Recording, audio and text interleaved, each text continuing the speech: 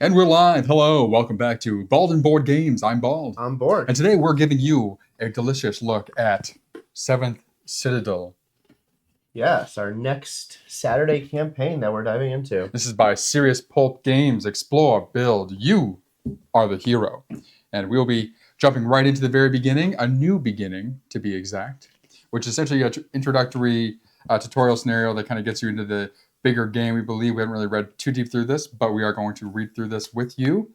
This is the follow-up to 7th Continent, which was much different. There was not a book with 7th Continent. They kind of had individual cards, which were like scenarios you were playing through. Give like a little kind of a map, said, hey, go this way to try and survive. But 7th Continent, the previous 7th Citadel, this one, is a survival game. I don't know the story of 7th Citadel exactly, so we'll find out. But the gist of it is you will have a deck of cards, each person will. This is the deck that you use for accomplishing tasks. And in the previous one, it was also your life force. But in 7th Citadel, we have these little counters. So I don't know if these are your life force now, and if this is just if you're too exhausted to do anything.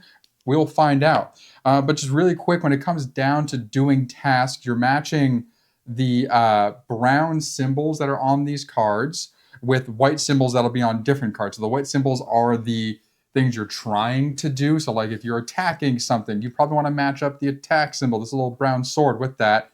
And doing so gives you some extra bonuses. Now, these symbols will usually be on your equipment. The cards you see here in blue are in this deck you have. So when doing an action on the board, you'll see this when we get to it on the map. There will be a requirement of cards to draw, or there'll be a requirement of successes, noted as stars, to be successful at the thing you're trying to do. So what you will do is you'll draw cards from your deck, however many you want, unless it tells you specifically how many to draw. And then when you flip them over, you're trying to create matching stars like so. So here, I would have a total of 3 stars, which would hopefully allow me to be successful. Now, when doing this, you do get to use the ability on the bottom of these cards, I believe, as well, or instead of the stars. So we'll find out as we go, and we'll cover that. Just kind of quick general overview of how we play. We'll be exploring, trying to figure out what's going on. Yep. When we're diving into some sort of character thing here with a new beginning. Well, you do the intro first, though. Gives a nice little story here for 2 pages. Ooh. The collapsing lands. During the conflict between the hegemonic city-state of Kel and its rival, Galdarok, a new threat emerged from the ground: the Burrowers. Under the command of a mysterious master, these enormous worms tirelessly dug out underground tunnels to the point that they caused the collapse of entire regions. Kel and the rebel cities of its protectorate had no choice but to call a truce and fight the creatures that threatened to engulf them. But the Kellian legions, just like the mages of Galdarok, and the engineers of the Plans and Mechanisms Guild, proved powerless. All seemed lost. A glimmer of hope came from the ancient Druidic clans. They renounced their sacred principles to create, with blood and forbidden incantations, plant abominations, the only effect rampant against the Burrowers. Thus began the reign of the Necro-Druids. The War of the Worms has lasted for nearly 50 cycles and has irreparably disfigured the world.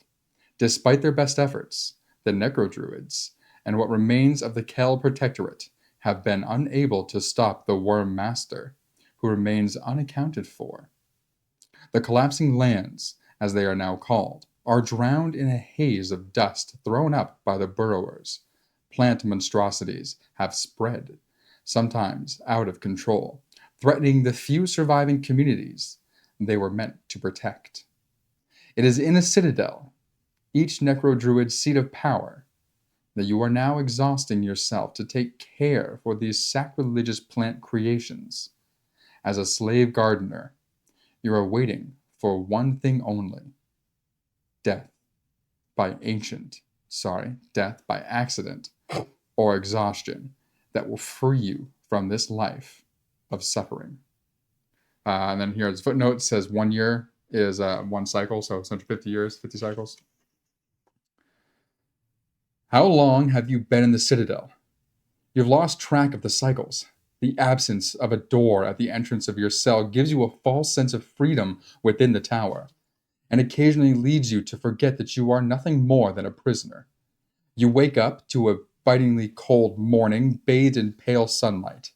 Another long day of hard labor awaiting you at the sacred grove. One more day added to your interminable sentence, and one less left for your life. Who knows? Perhaps this one will be your last. Suppressing a shudder, you think of that apprentice gardener, whose silly antics were a welcome source of amusement just yesterday. But now his mangled arm, torn from its socket, is fertilizing the plants to which he used to tend. The reckless boy had been clearing the ground next to the sardonyte, mistaking it for a rose of torment, without seeking assistance from a harvester. It has been drilled into you that the abominations created by the necro-druids protect the Citadel and the remains of the Kel Protectorate from the burrowers. The belief is that one day they will help you win the war that was wrought chaos and decimation, the once green and populous landscape. You have little choice but to place your belief in these stories, since you have not seen the outside world since your imprisonment. Hey, enough daydreaming. The ground trembles and rumbles more than usual. A sudden, violent blast throws you to the floor, shaking the citadel of Necrodruid Ninidazir to its very foundation. The southwest wall, with its dozens of cells, is torn asunder. Screaming prisoners can be heard over the thunderous collapse as they plummet to the chasm below. Somewhere beyond the clouds of dust and the creaking piles of debris, additional explosions and streaks of strangely colored light flash across the sky. Amidst the acrid smoke burning your eyes and throat, you can see the faint outlines of the other prisoners rushing out of your cell. A shrill ringing fills your ears, and your heart beats so fast that you feel as if it might burst. You have no idea what just happened, but your instinct bellows at you to get out of here as soon as possible. Gritting your teeth, you tense your muscles, ready to run.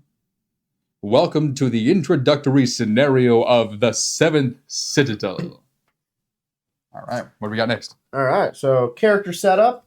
So the two of us already chose what our base character is going to be. We haven't done anything else, though. So we're going to read a little intro of our character. We'll go into what actually happens to compose your character deck, and then we're going to hop right into this intro scenario and go from there. Stoked. So here we go. So I am playing as Casek. So Casek here is, this dude has a little green icon. How appropriate. With corresponding green symbols. And looks bored. I don't know, he looks like stone cold, like he's just not moving. Steve Austin? So Casek. Casek joins the ranks of the last Legion of the Bow. Bow? Rough? Cough? I don't know. Driven by the sense of duty as well as the desire for wealth.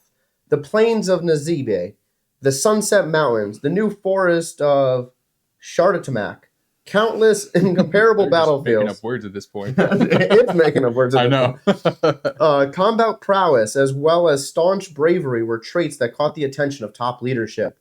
Along with some 60 other elite soldiers, Casek was sent on a suicide mission that was supposed to mark a turning point in the war. The battalion ventured far into the subterranean abysses of Aber Amid, which was commonly regarded as the cradle of evil. After being ambushed and suffering significant injuries, Casek managed to return to camp, accompanied by only 2 other survivors. No one knew how they made it back, and the reports and tales of their experiences were disturbing enough to see them all detained and thrown into a citadel.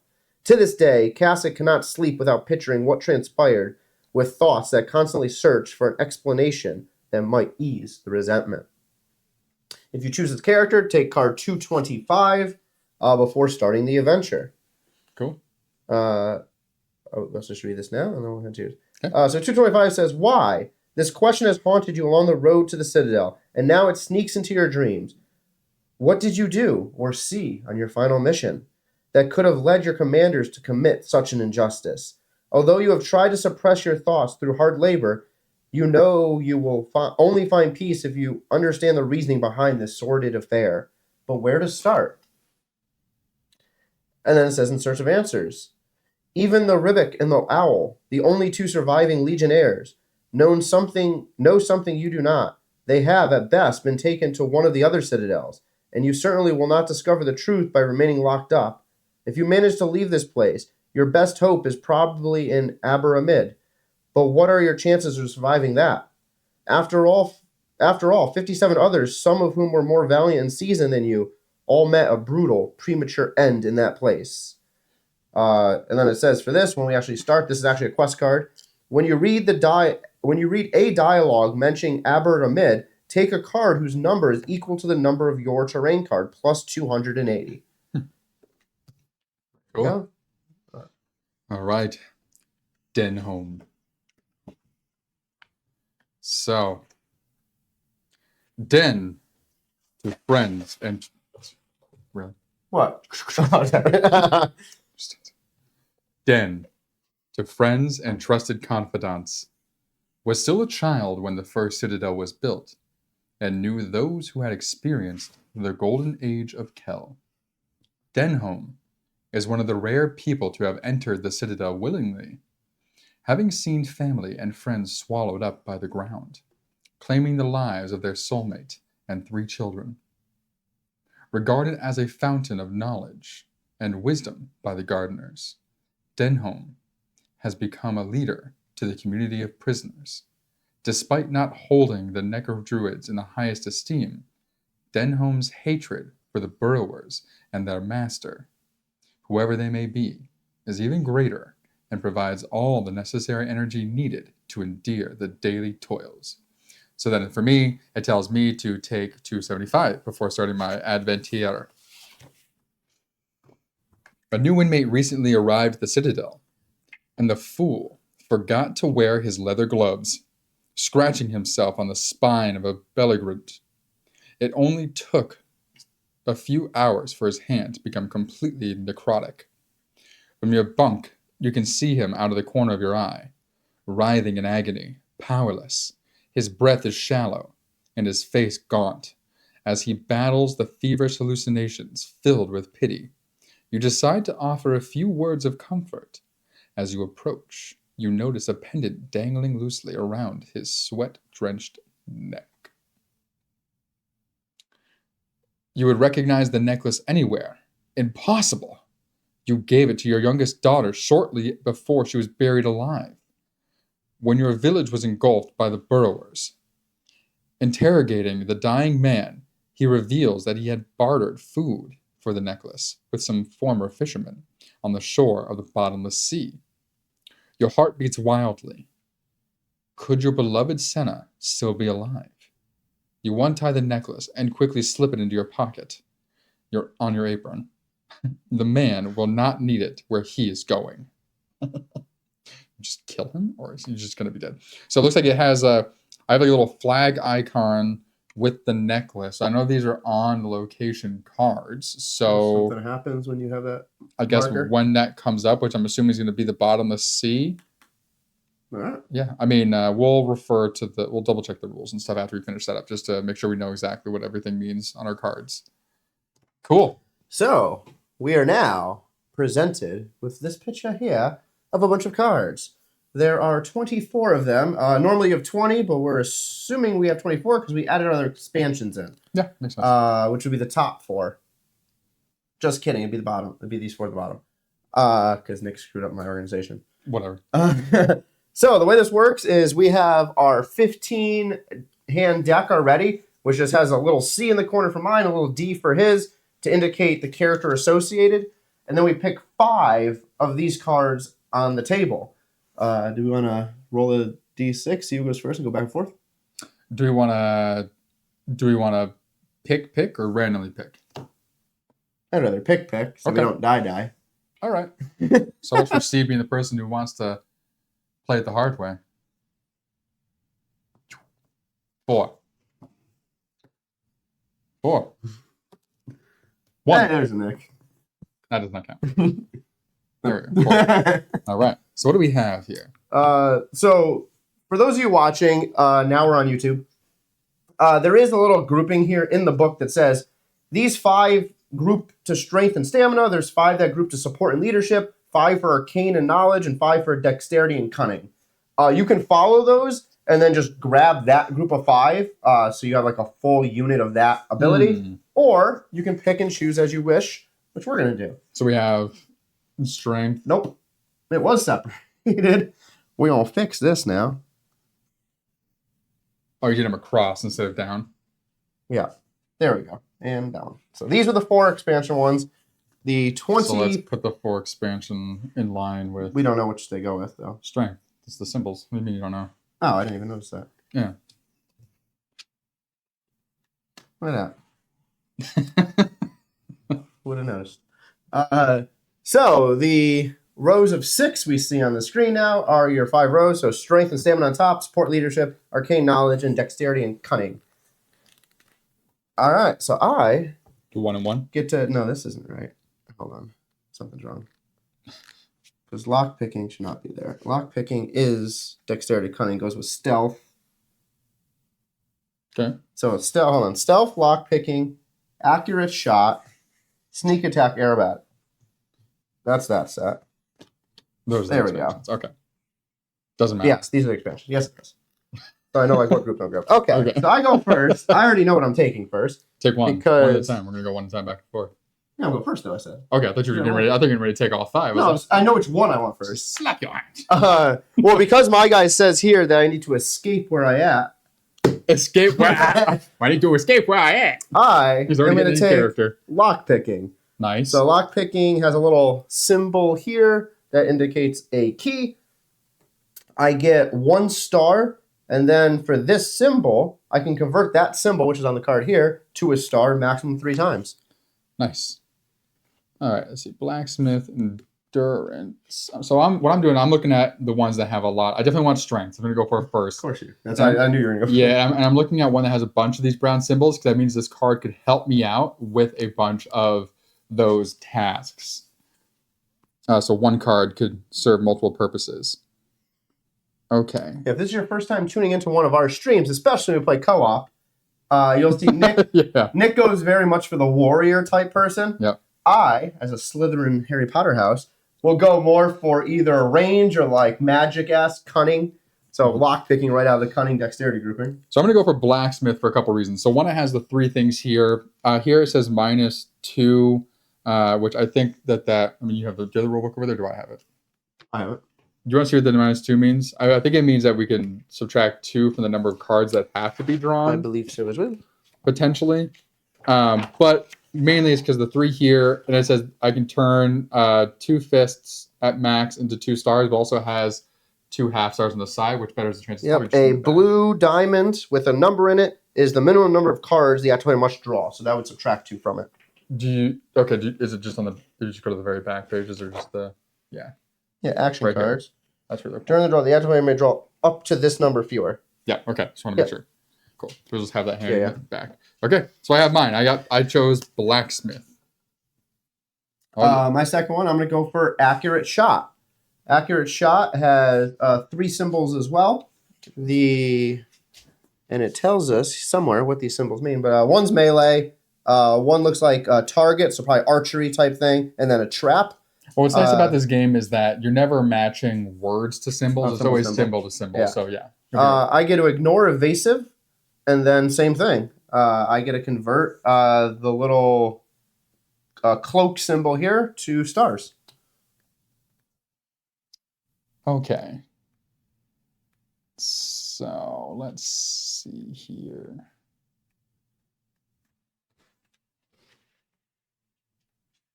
I'm going to grab Energy Drain.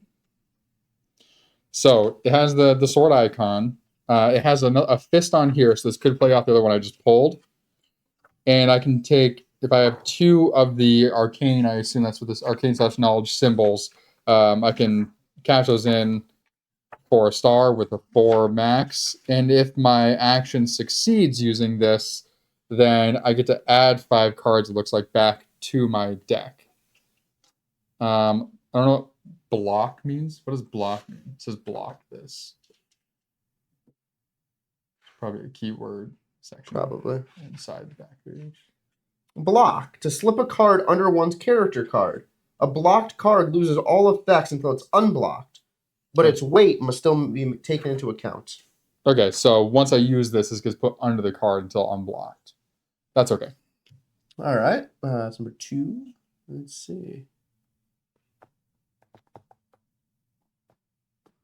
Self-sacrifice. Never.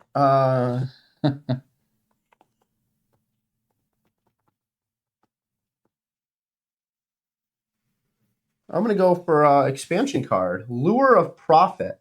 When a character gains a card with the word barter and or trinket from the adventure or exploration deck, take card number 49. Nice.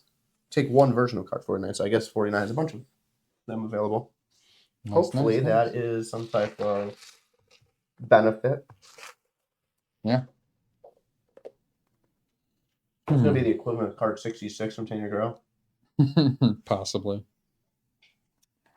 Let's see, what is the middle one there? Support and leadership. I have. If you're the active player, at least one other character involved in action, use a card to a companion. You may apply the following effect during the action involved when you are not the active player. So one involved character may apply Ignore Ambush. So this is if you're not the active player. Cool. The Brahmins can be used on anyone. If that's what you're looking for. No, I was just reading the full context. We're blocking it and how to unblock. Probably when resting. Something. Interesting. Eloquence. Use it away for an in-game effect to allow you to unblock a card. And then you would shuffle back to your action deck. Or put it in play in front of you. Okay.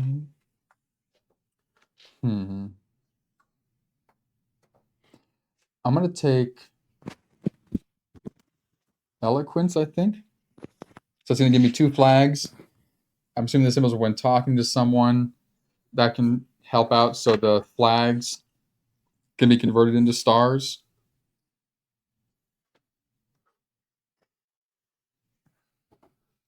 When do you... Sorry, the map dog is snorting some stuff in the corner. Once we finish this, I'll take her out. I'm going to go for... I had one in mind. Oh, here we go. Arcane Blast. So Arcane Blast looks like you have the melee symbol and well as maybe a magic type attack symbol. I can change one of these, the arcane symbol, into stars and draw 1 card. And then there's block this or discard or draw 2 less cards. Cool. That's an interesting one. So I would, on my hand size, is that hand size or how many I draw? A skill card in your hand. Fight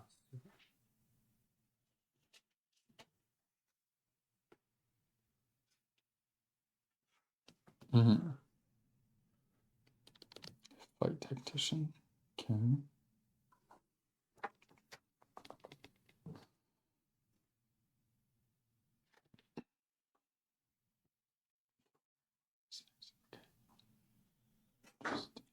Okay. Don't know what she smells out there.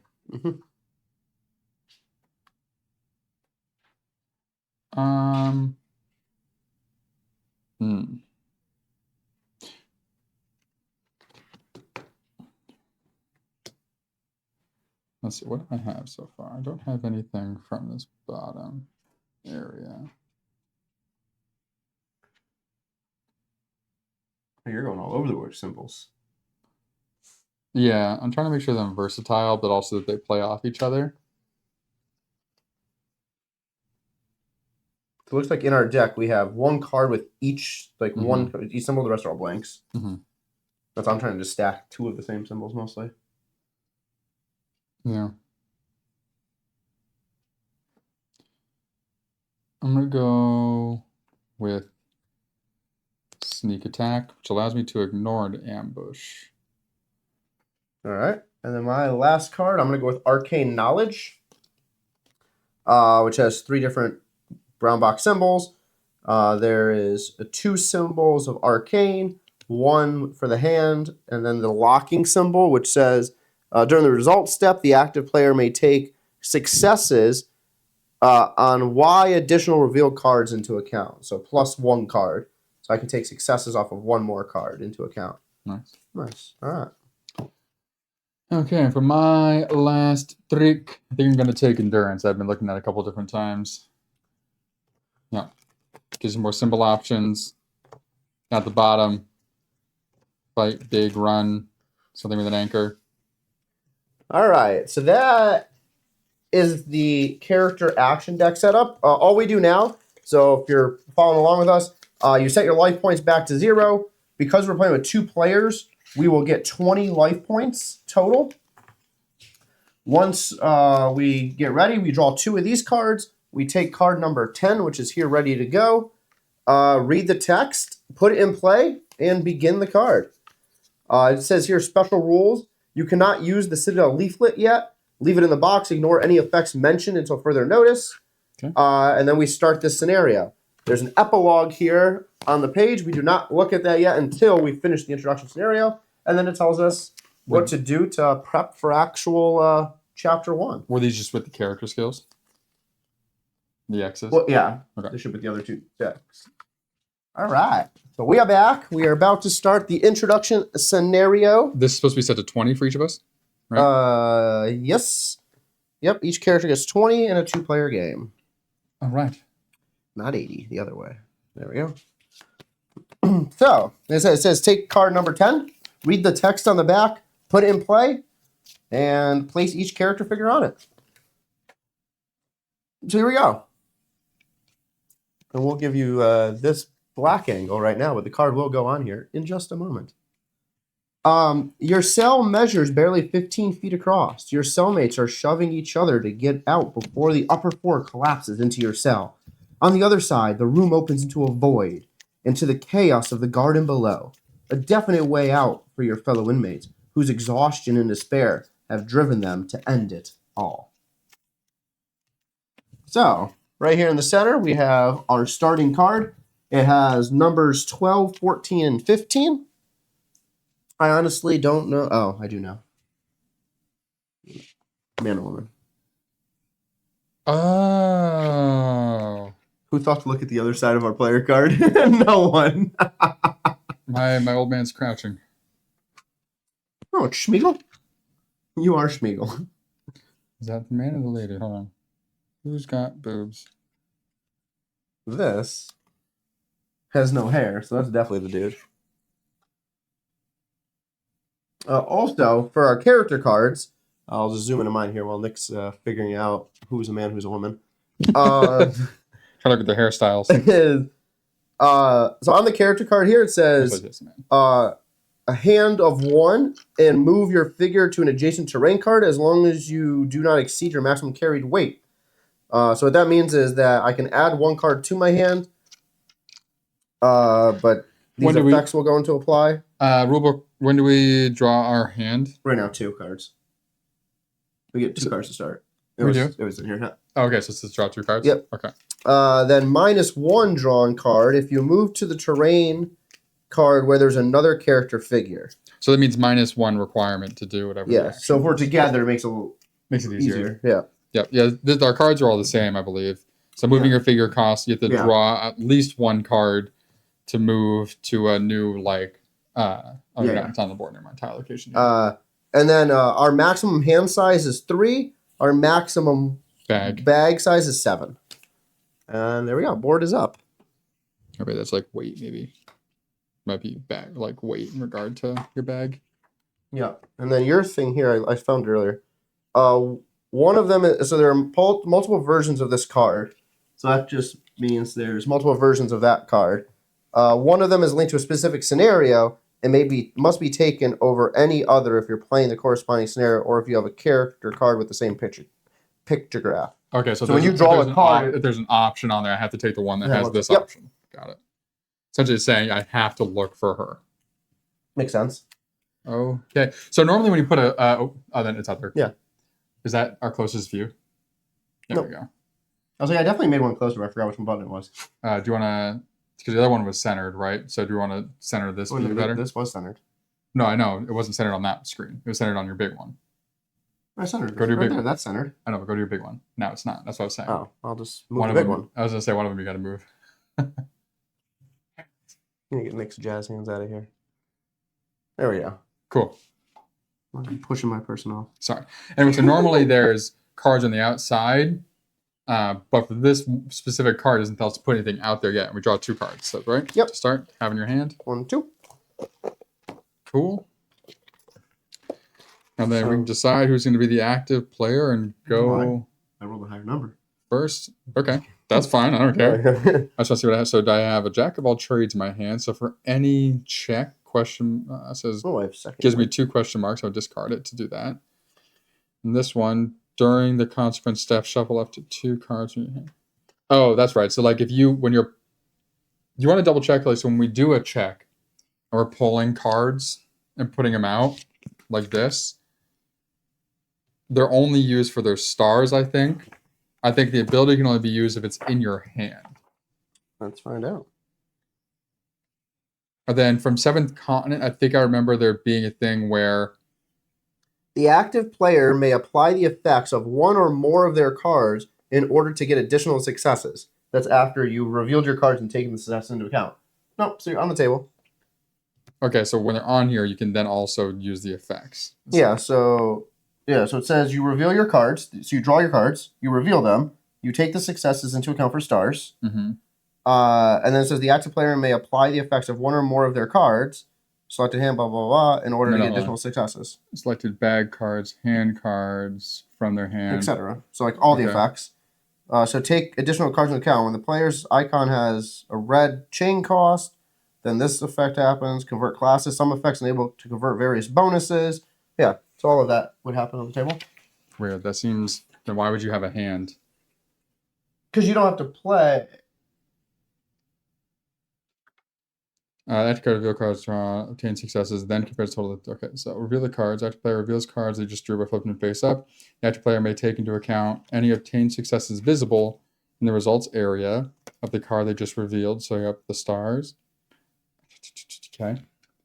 And apply effects on their cards. So the active player may apply the effects of one or more of their cards. So selected bag cards, cards from your hand, from your pouch, etc., in order to get additional successes and or take additional cards into account and or convert class icons into various bonuses.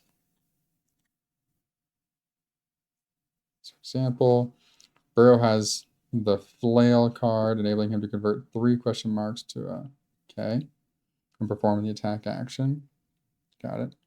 Burrow has the stealth hand skill in hand, granting him 2 class icons and or enabling him to convert 1. So maybe when you draw to your hand and then decide which cards to play down because you have to discard them afterwards. No, when you draw, you immediately flip them.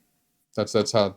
So this says determine the cost of the action. Draw active player draws cards from the top of their action deck and places them face down in front of them. Mm-hmm. If they choose, they may draw additional cards to increase their chances. If the action deck is fewer than that's the whole problem. That's the whole risk. It's like there's a certain like chance of getting successes based on how many cards you drew. Like there's a grid in here somewhere, but from what I remember is you can't use the effect here when it comes like this. Because, so like for instance, that's not what that says.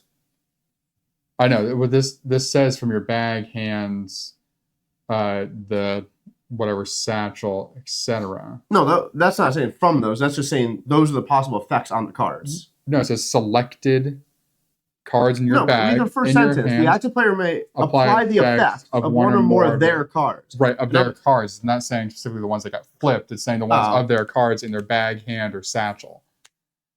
Is what it's saying. Draw cards from their hand. In order to get additional. So, because, for instance, like, there's some of these effects that wouldn't make sense where if it gives you a success, and then, like, you're going to have to discard this anyway. Yeah. So, once you use them, you discard them. Yeah. So, it doesn't make sense that, like, okay, I'm going to use this and discard it. So I would have to use these effects to boot off of those abilities. Exactly. Right. Yeah. You can also, I think, play cards from your hand to... Yeah, that's the where it says you can add, Because you can add them from your hand to add more symbols. Oh, yeah, that's over there. Yeah. You may draw additional card. No, that's to draw additional card. Okay. Yeah. Well, we'll figure it out as we work through the scenario.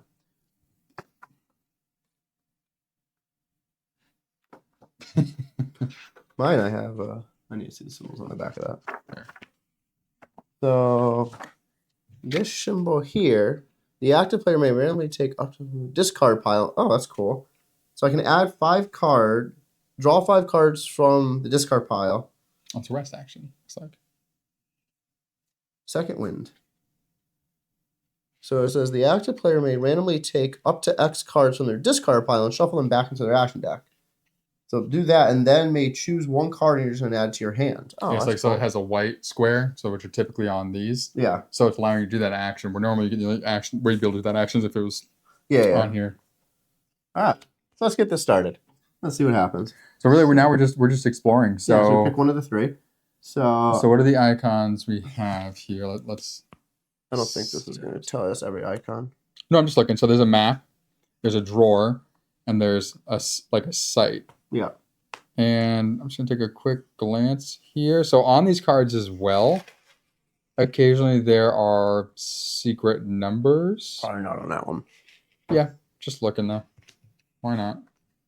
All right, so. All right. What are you going to do? So this card is very anti-Taylor Swift by not having 13 on it. Oh, shut I'm taking... Man. Oh, there's a bunch of 13s in here. Oh, that's a gold one. Oh, that means that doesn't go first. Oh, hold on. What's the order of these? I had to reconfirm. You do the greens before the golds. Is the order? It says in there, but that's why we had the gold behind it. I thought we put them in order correctly, but let's make sure before we flip a card.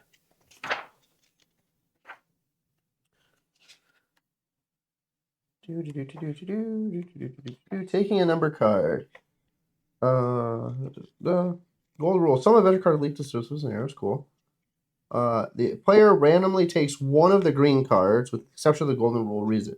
Golden rule. Some events will lead to certain scenarios. That's your thing. Mm-hmm. So does this one have a symbol? It does not.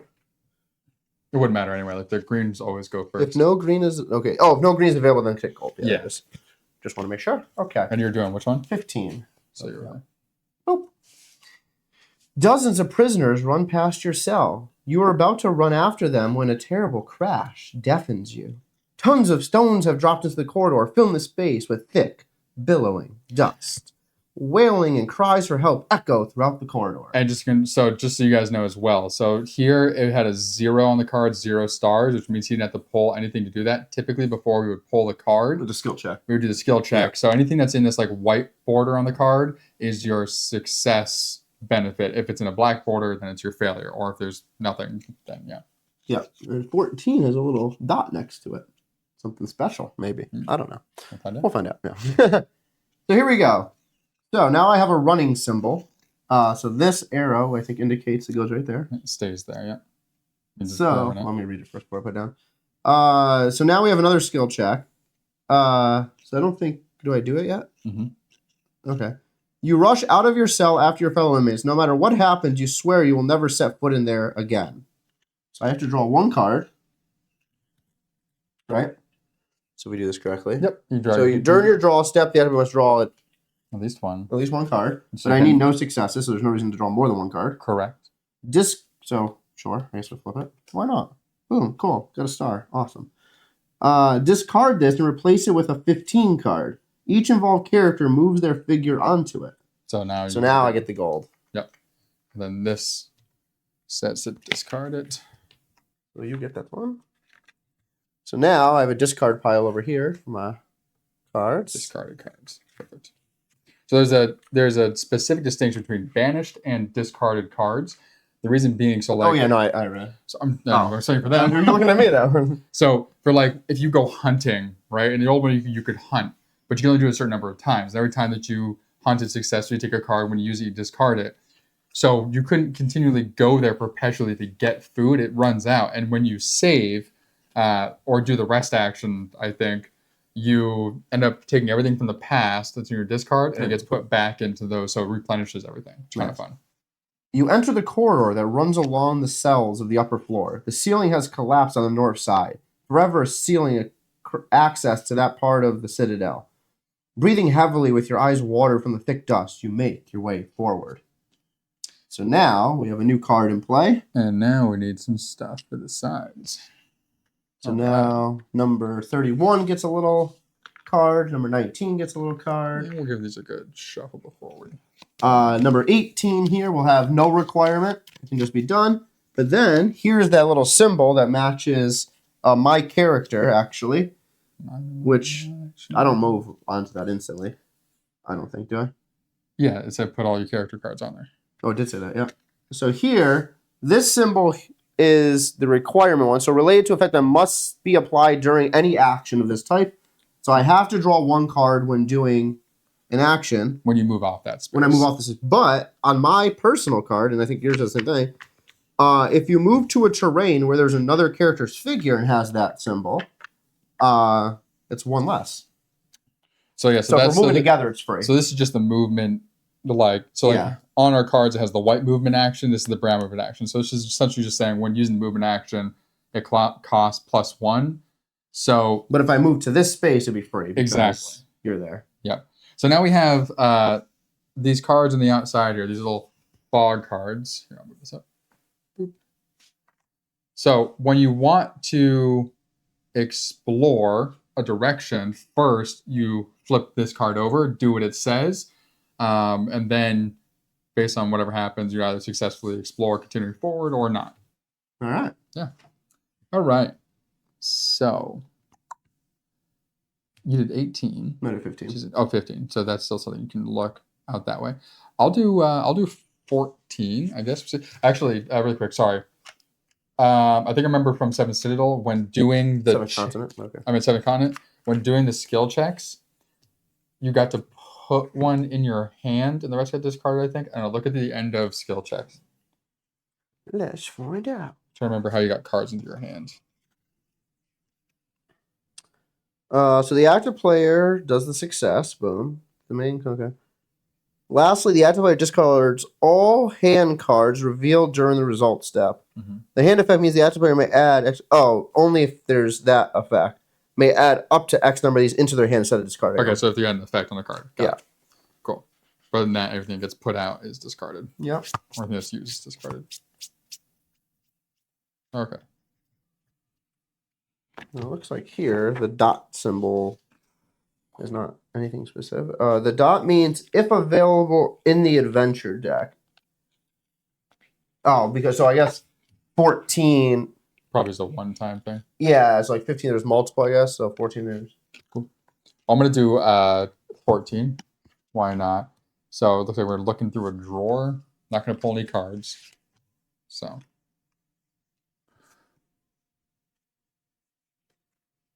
Oh yeah, so when you travel, you can put that card in your hand. Move your figure to an adjacent as long as okay. So because I traveled. Yeah.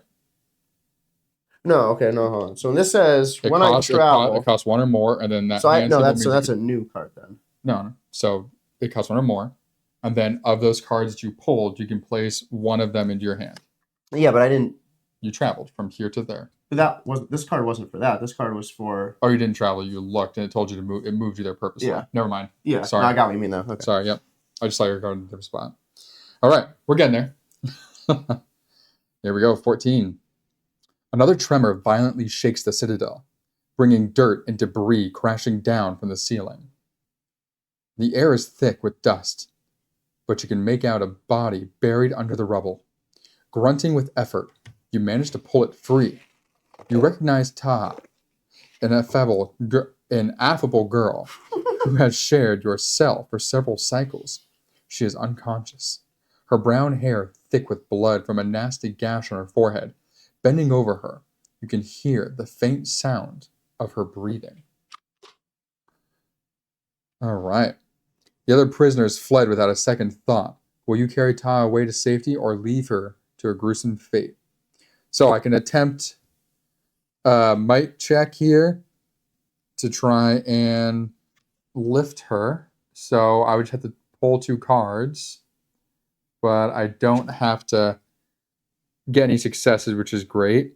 It says, I gently lift her unconscious body and hoist her over my shoulder. She is pretty heavy, so I'll get to take one of the 2 cards I pull and put it in my hand, and take an 11 card, and then this would get banished. So I think that I will do that.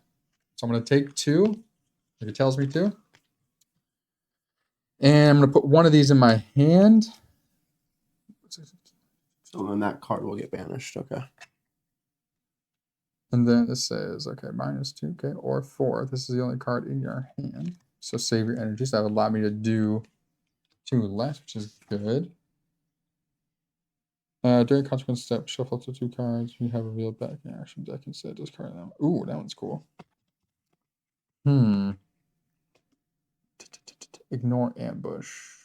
I'm gonna put this in my hand. Sneak attack. And we'll discard this guy. All right. Yeah. Boom. So this will get banished. So this is a card that will never come back. And 11.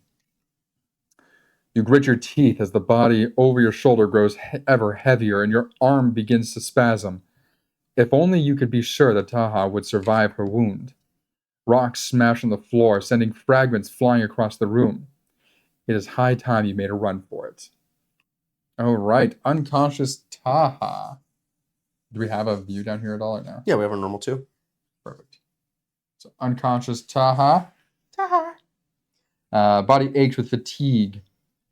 During the consequence step, -2. So when you become unconscious, discard or block this card to banish it. Oh, so I just have this.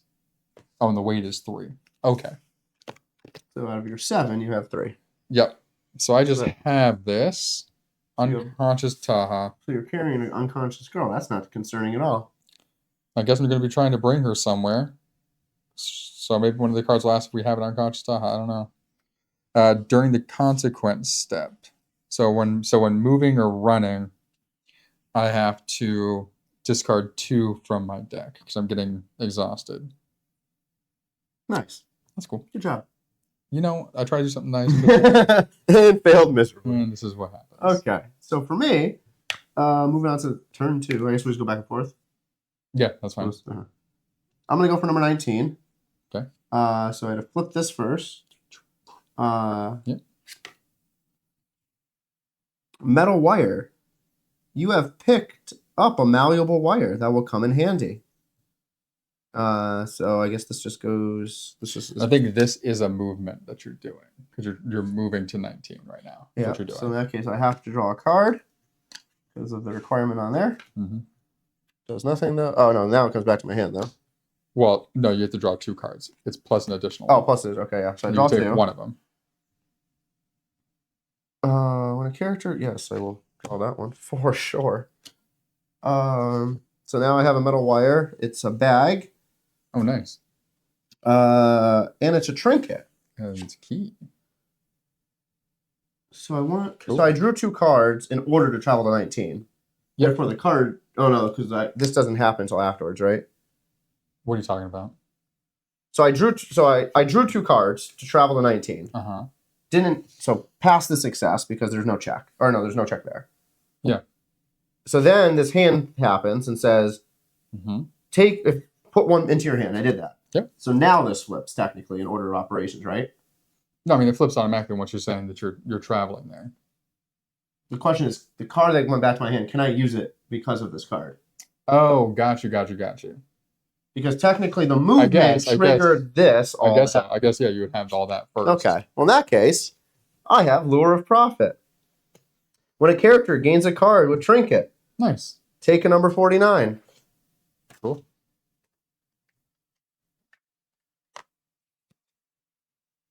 So 49 is here. We never. And that's a character. It doesn't even say your character, right?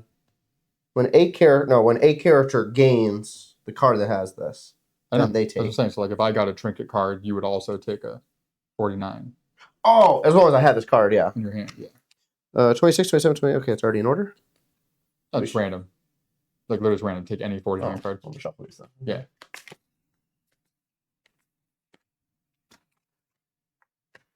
All right. So now, we have that trinket. That takes up 1, I'm assuming, No. or nothing, or it'll tell you. No, it'll tell you. So yours took seven up for 3. weight, yeah. So mine just is Because yours no is weight. the wire. Yeah. Yeah. Okay. So now I have Glimmer of Hope. When all seems lost, raise the banner of hope and forge ahead through adversity.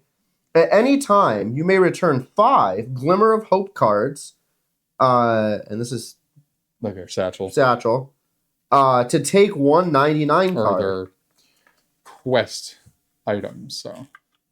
So to take 199 card, I also Can do an action. Can do this action, unblock 1 card, Nice. but this would get returned. So I could give this up to unblock a card, or try to gather 5 of them. So if you get 5, that's when that card comes out? Yeah, at Or if any we get time. 5. Well, yeah. Well, I think I'm the only one who can get them because of this right now, at least. Yeah. But yeah, I get 5, I can get a 99, or I could get rid of 1. In theory, I could just get rid of 1 and I can get more. Okay.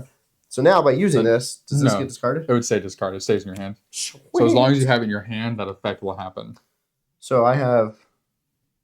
So that the quest item is just, in general, a quest item that we kind of both have. But this is just like on the table though, right? It's not like... Yeah. Like these are your items. The quest Glimmer of Hope is like kind of like a key item in an RPG. Just kind of Sure. one that's there for everyone. I didn't know if like all these just get displayed out, but we're co-oping, so it's not like it matters. Yeah. Exactly. All right, I need to take a 19. Yep. Because you moved on to 19. Sorry. Already had it ready. Nice. You make your way downtown. I'm just kidding. I went to go do a whole song and I forgot the rest of the lyrics after that. What is the song I'm thinking of? The dude's make your way downtown. Yep, song's in my head, but whatever. No idea. You definitely know the song. Probably. It's like the 1,000 Years. I don't know. Okay, moving on. You make your way down the corridor, leaning against the walls to avoid collapse with each new tremor. It is as if you know every slab, having walked these halls for far too many cycles. At the dawn, to the garden, and at nightfall, exhausted back to your cell. Strangely, you feel a mix of worry and relief as you walk through this familiar setting. By the end of the day, there will likely be nothing left of this place. Mm. We need another card. Nice. So on the board here, we have 19 getting placed down. We get another one of these for 26. And then 36 is a free action again. Cuckoo, cuckoo. Well, I'm here, so I'm going to explore number 12 while I'm still here, instead of moving anywhere, because right now it's going to cause the unconscious Taja to make me, so not pulling any cards, just doing a little exploration. You walk to the back of the cell and stand at the ledge above the void. As you glance down to the sacred grove in the center of the garden, a gust of wind nearly makes you lose your balance. Looking up, you are speechless. Unfolding before your eyes. Speechless at the scene unfolding before your eyes. Man. A gaping hole has been torn in the wall of the Citadel, which is now gutted. You are shocked by this terrible sight, but a spark of hope awakens in you. Freedom finally seems within reach, so long as you can escape this place in one piece. Immediately after this is revealed, if an involved character has a card with the keyword cumbersome, which I do, take a 17 card. Sounds lucky. Otherwise, take a 99 card. So, 17. No, otherwise take 99? Interesting. So I wonder how many 99s there are in this box. Weakened by the Do I just yeet her body into the hole? Probably. But like, I'm going to bury her now. Weakened by the tremors of the floor's stone slabs crack under your feet. The grumbling floor will likely not support you and the heavy load you are carrying. You have no more than a heartbeat, maybe 2, to react. During the following action, the active player is whoever revealed this. That's you. Okay, so I have to try, so I can dive backwards with agile roll and land on my feet, or stuff happens. So I have to try this right now. Okay. Do I have anything? Nope. What are you doing? The rest of these make like a nice picture. This one doesn't. Yeah, because there's no more map there. It's not supposed to be part of the picture. Oh. Just like yours wasn't part of the picture. Oh, initially, and then I replaced it. Yeah. Okay, so I need to draw these 2 cards. I need 2 stars. I can't draw any more than 2 cards, I think that means. The lock. Uh-huh. So this is everyone. The lock, During the result of the step, the player may take the successes shown on no more than the revealed cards, extra revealed cards into account. So you can draw as many, but you can only take 2 cards into account. Interesting. Okay. So you can draw 2 or more, but yeah, only 2. So you need 2 cards with 1 star each. Mm-hmm. Well, let me draw. Well, I guess actually you don't need 2 cards with 1 star I each. just need 2 stars. Yeah, because you could do a star and a half and then a half. I'm going to draw 2. I think. No, we'll do 3. So yeah, you have to decide your full draw and Let's then do reveal. 3. All right, here we go. Yeah. I need 2 stars. There's 1. So I have 1 and a half. He nicked Drew. Or 1. Okay. And I can only use 2 cards to make those stars. Anything from my hand, give me. That's the action. That's the action. So it doesn't help. That might.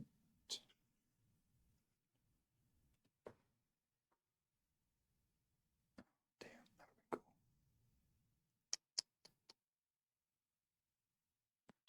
cool. To the consequence, I shuffle 2 cards. You just reveal it back into your action deck instead of discarding them. Okay. Yes, you can't just play those cards. You can only use them for the effects now because they're from your hand. Correct. You wouldn't use them for the stars. Yeah. That's what I was looking at the effects. Those don't help me at all. So, half shy. So I failed that. So the ground collapses beneath you, but you leap back just in time to avoid falling. Oh. You land roughly on your back and get up, crestfallen and bruised.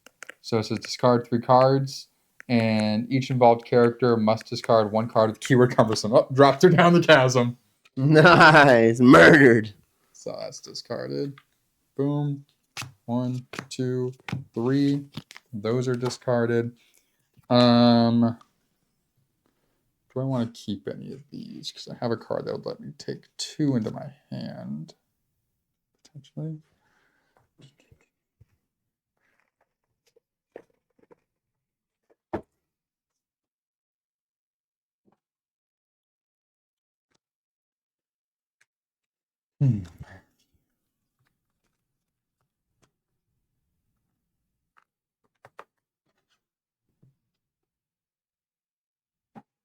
Oh, I get to shuffle them back in the action deck, not in my hand. Nice.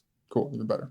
So yeah, so I'm gonna use the anticipation thing. So during the consequence step, shuffle up to 2 cards in my hand that I have revealed back into my action deck instead of discarding them. So that will get discarded. But 2 of these will get shuffled back in. So I'm gonna do that one that gives me a star and blacksmith. So 5s. All right. Then this We'll go bye-bye. it's just in the past. Don't say banish though. Okay. Yeah, so I'm assuming it just goes into the past. Assuming all the temporary when they're done go to the past. Okay, so I'm sitting right here. No, I did. I yeeted her body off that cliff. I can So I do wouldn't number fall. 36 and stay here, which is another map point, or I could travel to 26. I'll do 36. Sorry, Taha. Wonder if you would have helped somewhere else. Just- You prepare to enter the cell when your nose picks up a stench that you know all too well. Your eyes dart around the room just to see for yourself. The branch of a gigantic chest-cut tree has fallen into the cell, and several of its swollen fruits have burst onto the floor. Their purple flesh exudes an unbearably prudent stink. You instinctively step back, but it's already too late. You vomit violently. Nice. Immediately after this is revealed, discard 3 cards from your action deck, or discard 5 if you have a card that has the key name weakness. Thankfully, don't have that. So 1, 2, 3. And then this will get placed right there. Nice. Actually, I'm gonna. Oh, that's the top screen. Okay, never mind. I was like, it seems like we're going I this way. shifted the view Perfect. to We're probably going to Accommodate- push this yeah. anyway. But we'll do that when we get more. Yeah. Okay. So, can't do anything here. I did those other two things. So I need to move here, which means I would have to draw a card, get rid of it, but I can add it to my hand. Yep, Intuition. no requirement. Look at the top 3 cards of my action deck, then put each of them back either on top or at the bottom in any order, and then block this. Cool. I wonder how many times can you move per turn? Hmm? You just keep moving until you do a action? Yeah, I think I you would can assume so. move all the way as long as there's like connected spaces, and they probably just cost a card for each spot you're moving, I assume.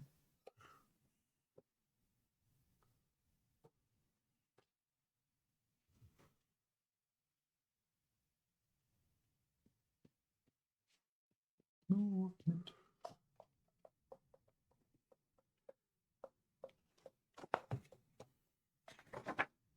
That's action resolution.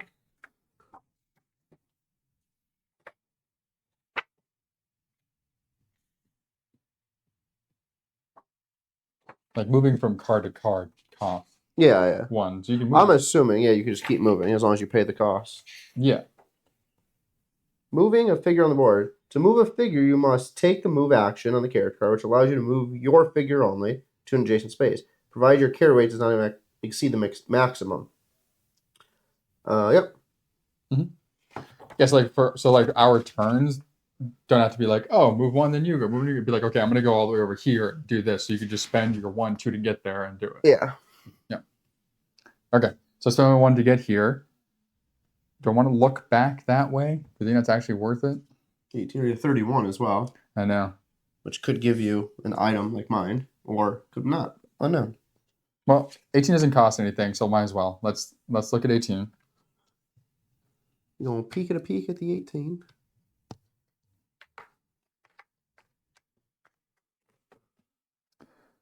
A gardenier lies face down on the floor, moaning as he attempts to pull himself free from the rocks that have crushed his legs, leaving him in torturous agony. If you ask me to pick up another person, the man stretches out his scrawny arm in your direction, giving you a pleading look. All right. So I need 3 successes over 2 cards. Cool. Well, that happened. All right. So you can't see that. This is the card here. I'll put it right in front of you for now. All right. Yeah. So I need 3 successes for 2 cards. Move those down. Boop. Yeah. All right. So we have the 1. Oh, actually, hold on. Do it. They're normal. Let's move that to that side. There we go. Like we always have this view of it for this type of thing. So I'm doing 1, 2. Oh, same thing. Locking. You know what? And then what's the? I'll do.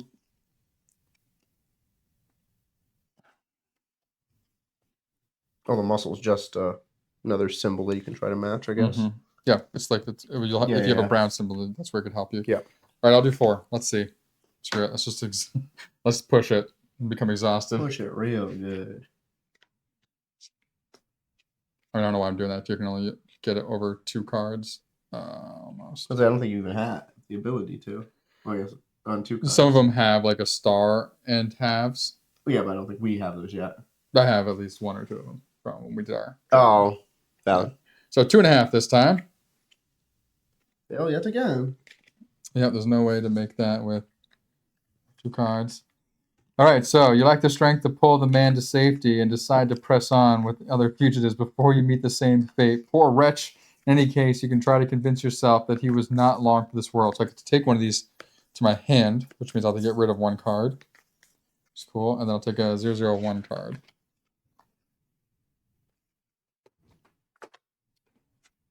And this isn't banished, so this just chills there. So we can try again if we so feel inclined. It's up here at the top, so you guys know. All right, so which one of these would I want to keep? Oh, hold that. Probably. Fist. Each one fist gives me a star max 2. I see that would have helped me with Yeah. Okay. You may not apply the following effect in a fight that has reach X trait. Okay, so during a gear up step, return this card that shows and take 13 card to try your luck. If you are jinxed, one random involved character loses 3 life points and takes the 3 card. Interesting. Flight. I think I'll put Blacksmith in my hand. So that means I gotta get rid of something. Well, I guess we can have our hands exposed. Yeah, that's I'm what just so used to having it's just it. easier to Oh read no, it. I'm just so used to having it like face down. Intuition's nice and all, but like intuition would have been helpful if I used that.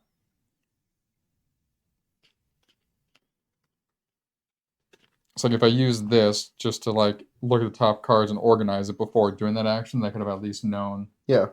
But anyway, so I didn't do that. I'm gonna get rid of intuition. Okay. So moving on, next turn here, I'm gonna move down to 26. So I have to flip a card because I traveled, but then it goes to my hand. So Fortitude.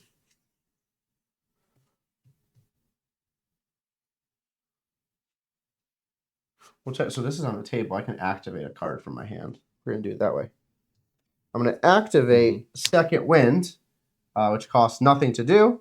You're going to take 5 cards from my thing, and they go back in my deck. If I'm reading this correctly, draw up to 5. No, this is an action you're doing, so that you can't do right now.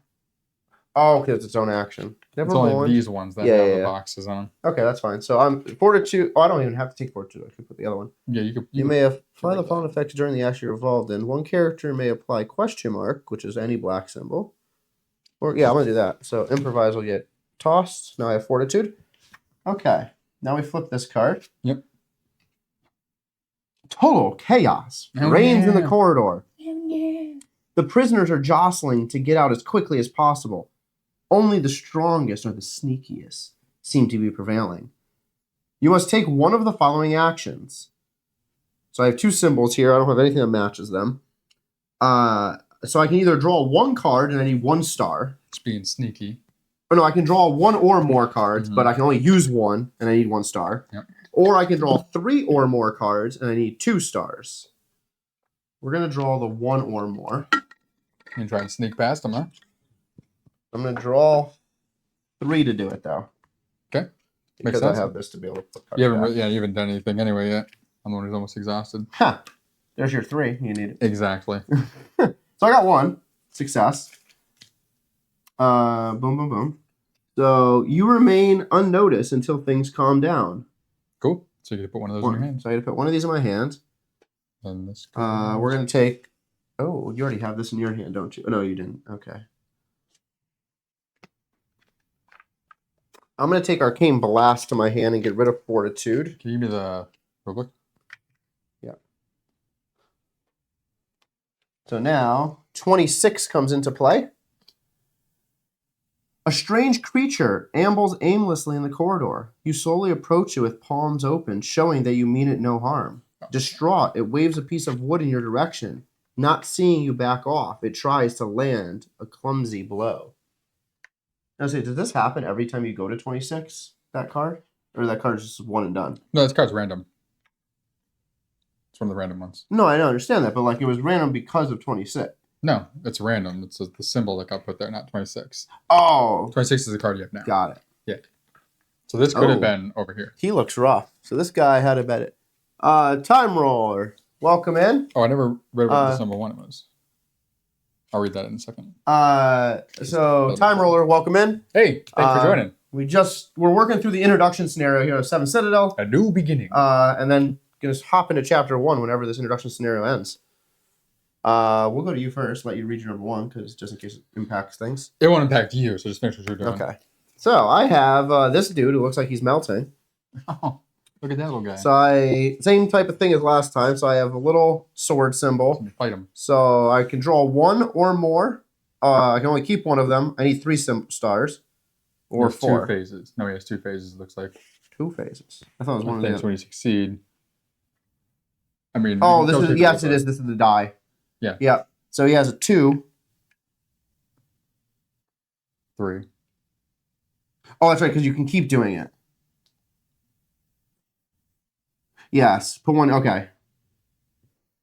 This is how I remember how this works. The rule book, which is on your side. If I recall correctly, I'm gonna put this on the screen right here. Yeah. So once you get that down to 0, the die is going to move down to here. Yes, that's So it says right here. So move the die. And then I next get to put row, one of those in my hand. When you complete them. Yeah. Not each time. No. When I complete it. Yeah. So and you can slowly hurt him. So like you may not hit him for 3 successes now, but. So for this, I'm going to draw 2 cards. Flip them. All right. He has sword.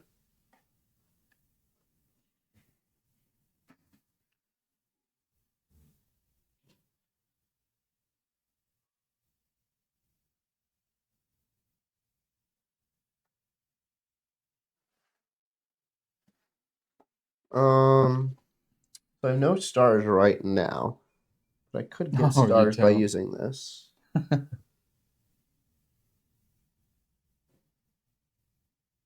Oh, when you use this, though, it goes right back to my hand.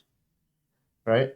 We said that? What? When you use a card, unless it says block or discard or whatnot. This one would get blocked, but I'm just in general. Yeah. Okay.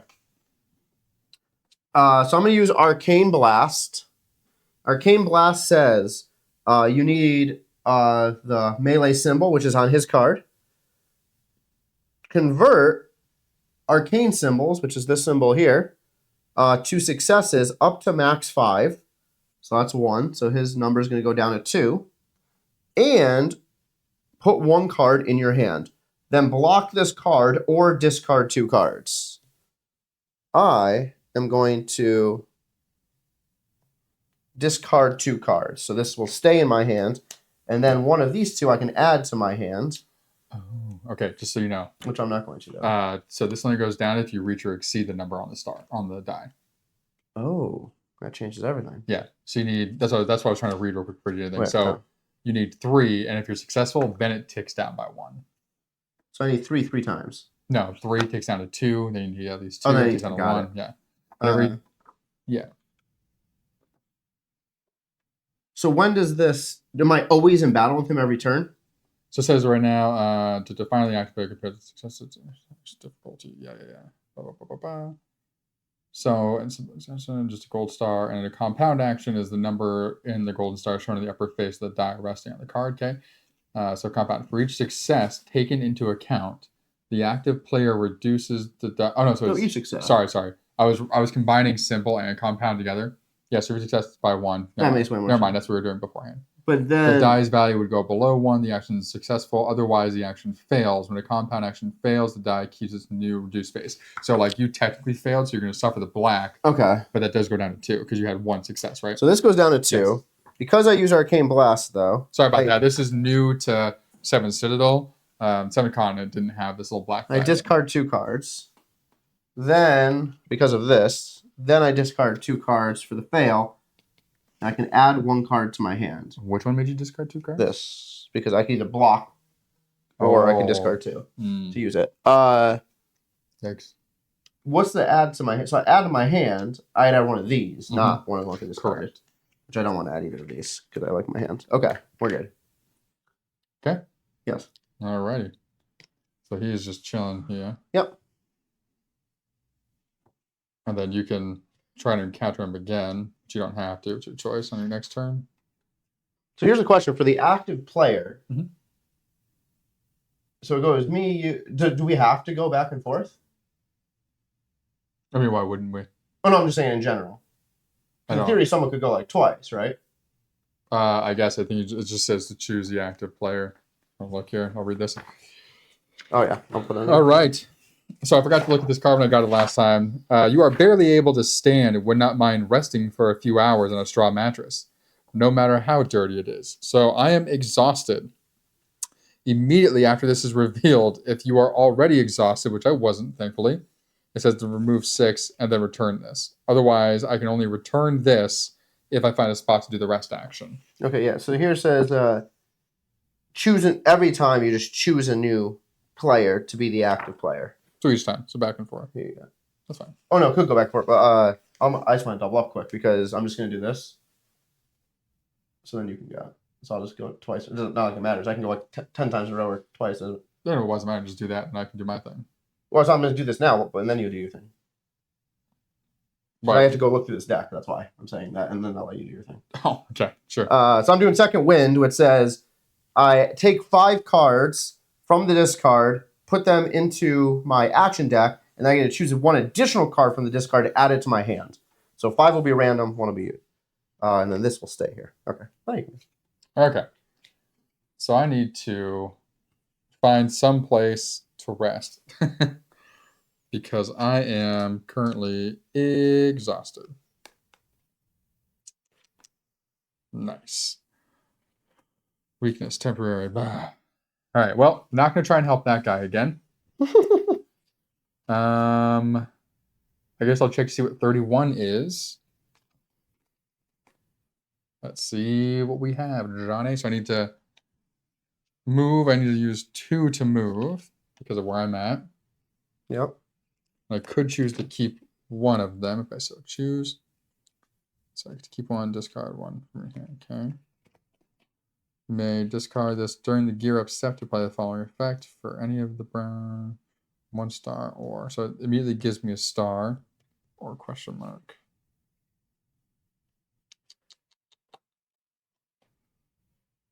Interesting. I'm going to keep determination, and I'm going to get rid of Jack of all trades. So this Is a question mark random? Question mark. Oh, any one of the following. Okay. I don't know if that might have been able to help me before. I didn't realize that this card, this is what I'm showing him here. Boop. Those question marks are essentially wilds. Yeah. So I could have had that used too to like give me 2 of. Oh no, because the brown would have been needed to be done. Oh, it's wild of these. The black symbols. Yes. Yeah. What's it saying? I was saying beforehand if I was looking at this, like give me the max 2, but I wasn't actually doing those actions. Oh, gotcha. Well, I was actually for. Yeah, that's fine. I'm good. All right. And then consider goes away too. Okay. Well, so that's what this is. Do it. Okay. All right. The passageway is filled with a thick gray cloud of dust thrown up by the falling rubble at your feet. You scramble your feet scramble unsteadily over the rocks on the floor, slowing your progress and making you check your balance at every step. Okay, so I need to do a sprint check. I need 1 star. I'm going to draw you there now. Good. Oops, I need to do the sprint check here. 4, 5. So I need at least 1 star. I can only use 1 card. But I can draw 1 or more. If I fail, I'll be discarding 3 anyway, so I might as well take 2. All right, there's the 1 star. Cool. So you somehow managed to make your way through the corridor. So this is going to get discarded. I get to keep 1 of these cards. It says, anytime during result step, draw 1 additional card and reveal it. Oh, interesting. That could be helpful. So during the result step, I could then draw an additional one.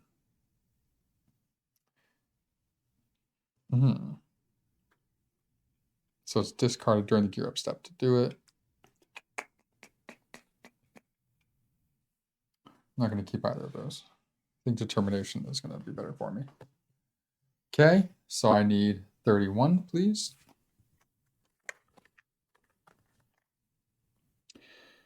The door in front of you leads to a room used to store the gardening tools, which would increase your chances of survival. Every day, the overseer, a taciturn man with rather odorous breath,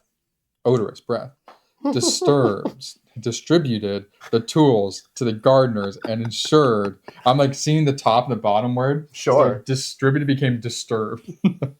Ensured they were all returned in the same condition. A heavy door is double locked, which is hardly surprising. If prisoners had access to this room, they might use the tools for something other than gardening. Ooh. So this is unlocked thing.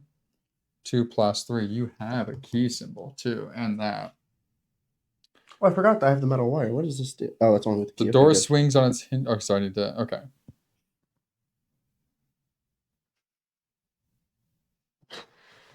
So, I guess I'll go do that then.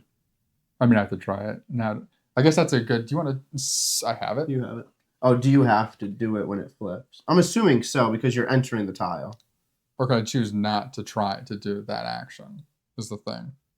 So this is This is 18. Oh, that's 31. That's the one you just put down there. Okay. Mm-hmm.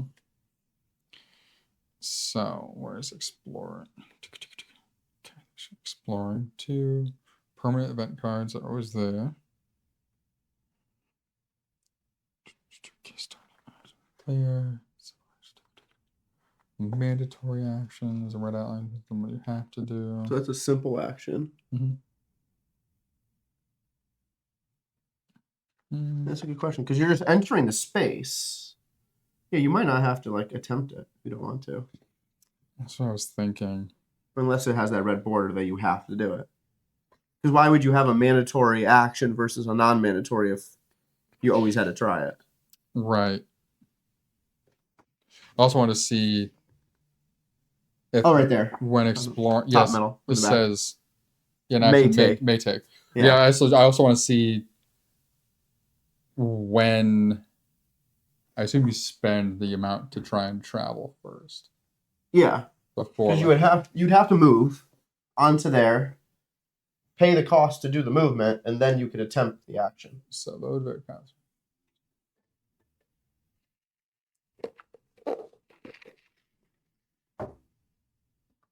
It's action resolution step. Turn sequence. So on turn 1, one player choose available action. Right, so 2. So check for involved characters. Okay. So actually, in theory, then Resolve the action. move is the action. Right. So you did a move action. Mm-hmm. Now you can decide to do another action, which is that thing. So we've been technically doing like 2 turns at once. Yeah. Which is fine because the move action, we paid the move cost. Okay. So you're on that card. You just don't have to do that thing. Well, you're still here. No, because you traveled to 31. Yeah, but you're not on the card. Like this card is right here. Oh, got it. Okay. It's not a terrain card. Yeah, you only travel on the terrain cards. Yeah. So these, like, if you went to 19, you travel to 19. Right. Okay. All right. Well, I'm gonna go do that. I'm not. Yeah. You go for it. Because it costs you 1 less to move there anyway. Yeah, it'll be free to move here, but then it costs me to move there. No. Oh no, you'll don't be move there. here. Yeah. You're just gonna be. All right. So I'm gonna travel here. That's free, so I don't need to do anything. That's what I was wondering. Is it like so? This is just like looking this way, and like if it's a terrain card, you have to move on there, and you spend it to move, or like if it's this, if you're not. I think your action was to reveal the card. That's what I'm trying to see is if revealing is considered the same as actually moving to new terrain card. That's what I was trying to figure out. Yeah, whatever she takes. Right square, following, so terrain card. So, does it just I think there's a whole thing in here about like adding cards. What does it just say moving? Look at the numbered card section though. Where it says like adding a numbered card. Does it say like how that works? Well, we know how to add the card on there. Moving figure on the board. Figuring the board, you must take the move action shown on the character card, which allows you to move your figure to an adjacent terrain card, provided your carried weight does not exceed maximum weight. Other effects you'll discover in play. Okay. Technically, that's not so. Opening a space occupied by an exploration card. An exploration card at random, collapsing. In order to remove it and put it into play, the adventurer card applies there. So once exploration has been resolved and removed from the board, the player must put an adventurer card into play, right where the explorer card used to be. Number of the adventurer card, the arrow. Okay. The adventure card, if that adventurer card is a terrain card, the player must make sure that it fits with each adjacent. Okay. Then put the new exploration cards in play. In each free adjacent space, which is an arrow card. The terrain card is pointing. Each of these new exploration cards, yada yada. The example is right here. If you must put an exploration card in play is not available. Okay. No, an exploration card may be permanent event, temporary event. Yeah, okay. So yeah, so one. So Bruno perform. Oh no. Okay, that's right. That's why. You don't have to spend it. Stupid. It's literally on the cards. 0/0 to flip the card. No, that was to flip that card. Yes. So the original one. Yeah. Yeah. So here you're flipping this card before you can actually move here. So no, I agree. Yes. So you don't pay anything right now, Correct. and then once this is what gets put here. Yeah. Then you would. You don't have no to do it next. If you want to. So if you, yeah. It's just, that's what I'm saying. I didn't have to pay. I paid the movement cost first, like what you did down here as well. You don't pay because you're not actually moving to the terrain. Oh no, I paid because I moved. I did move. But I'm saying though, the order in which we did it was back. Oh, okay. That's what I was saying. So. Yeah, so mine, technically, I paid the right amount of cards because I actually ended up moving. Those 2 cards there. So. Okay. And actually, there was nothing up there. Never mind. So now I've paid my one, so I actually moved terrain to terrain, but I didn't have to do anything, so I didn't pay anything because it was free. Because I moved where you are. Now I'm doing number 31, so I'm not moving to 31. Correct. I'm doing that. Yep. Okay. Essentially, you're in it. Like the door is. This is the door. Yes. So I have to draw at least 2 cards. I need 3 successes. Bang it down. I'm going to draw 4 cards. Watch, saving him would have given you a key that just opened that door. I draw 4 cards. Jeez. Luis. I only need to use 2 cards. There you go. That's 3. You can only use 2 cards. Oh, that's what I meant. But yeah.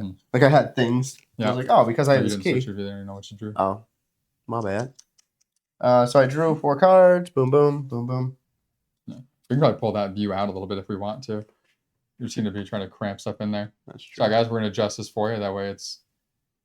You want to see my arm? You want to see more of my arm?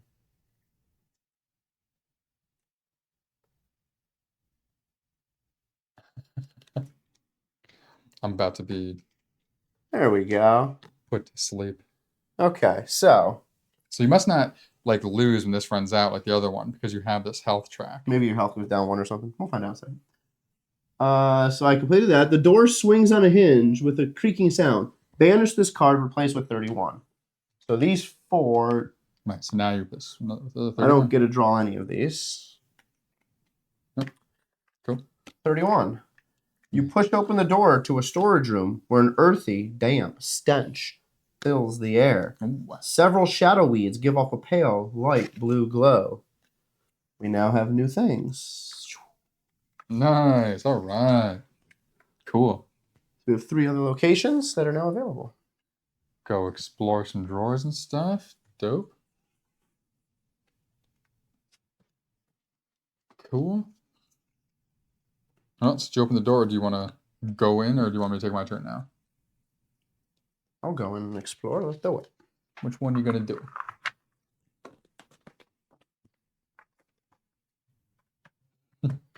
So we're gonna spend to go out, which means I have to draw 2 cards. Just to travel. 1, 2. Doesn't mean anything, but I can pull one of these into my hand if I want to. Yep. Let's see here.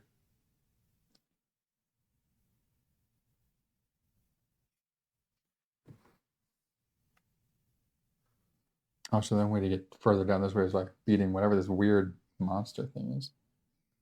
Ooh, this is a good card. Do I need any more lock picking right now? I'm gonna have to pick some locks in this room, maybe? I don't know. Question for this guy: did you have 3 on 1 card? But no. That's only 1 card. You're supposed to have 3 on. No, I had 1 star. Oh, my bad. I'm sorry. I'm thinking wrong. I'm thinking backwards again. Sorry. My mind is... You're good. Keep going. I'm like, what? Keep going. I'm going to take on the double card and replace my lock picking for now. And the gear up action is first. So let's do this. I'm going to go Gear with up, number draw. 30. So number 30 cost me nothing. In most military fashion, the overseer is a former legionnaire after all. A few iron tools are organized on a rack. Sieves, baskets, and buckets hung from the wall as well. Steve's? Hung from the wall? Spade, hoe, rake. You Nice. cannot decide which of these tools would be most useful. Cool. So this goes here. And then I do number 39, or I do this action, which is nothing. And I take a 39. We have our middle view that's slightly pulled out. Yeah, there we go. Nice. Pull out halfway. So there's 3 39s. We'll shuffle those up. Shuffle. Oh, I wonder, one's going to be a spade, one's going to be hoe, one's going to be a rake. Most likely. And we're going to take this one, whatever this one is. Nice. I definitely want to go in there and get me some of those. All right, so 39. I got a hoe. Hey. A useful gardening tool for loosening earth and cutting through roots. It's sharpened. It could also slice through flesh. I have now added one to my... Now that'll help you with this guy. Yeah. So if we went there first. I've added one to my carry length, so I up 7. Then yeah, here, select it. During the consequence step, roll a die. If you roll a 1 or a 2, discard this, though. So if I want to use that, I have to deal with that as well. All right. Oh, you just... Oh, if you roll 1 or 2. If I use this effect to get a free if you star. roll one of these, you get a 1 or 2. Nice. Yeah. I'm glad you got that one. All right. So I'll spend my 2 to move in there. No, you're not. I spend only 1 because I'm there. Oh, that's right. Amazing. Glad you went first. All right, so that's spare no effect. So I may discard this during the gear up step and says at any time during the result step, draw 1 additional card to reveal. Oh, yeah, that's right. No, I don't need that. So I'm in. Let me look in the drawers over here, number 42. Several barrels stand against the wall, and a number of full hemp sacks lie on the floor. The barrels are empty with a hard shove. You can roll one over to use as support. Your attention is drawn to the bags, apparently filled with compost. Strangely, one of them seems to be quivering. Interesting.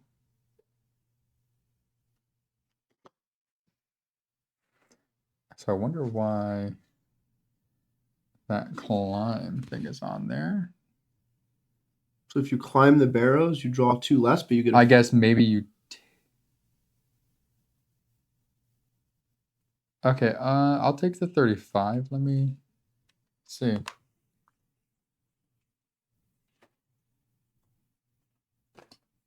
What 35 is.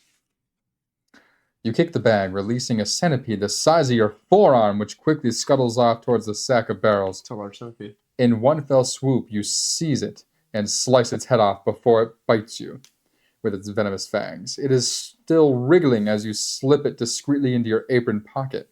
You would rather not have to share this prize catch with another gardener. Nice, so I got a shiny centipede. Your mouth is watering at the prospect of devouring this snack. I thought it said this sack. So I can eat this, and I will get 5 cards from my discard. Put back. Disgusting. That's amazing. It's like revitalizing me. Sure. Cool.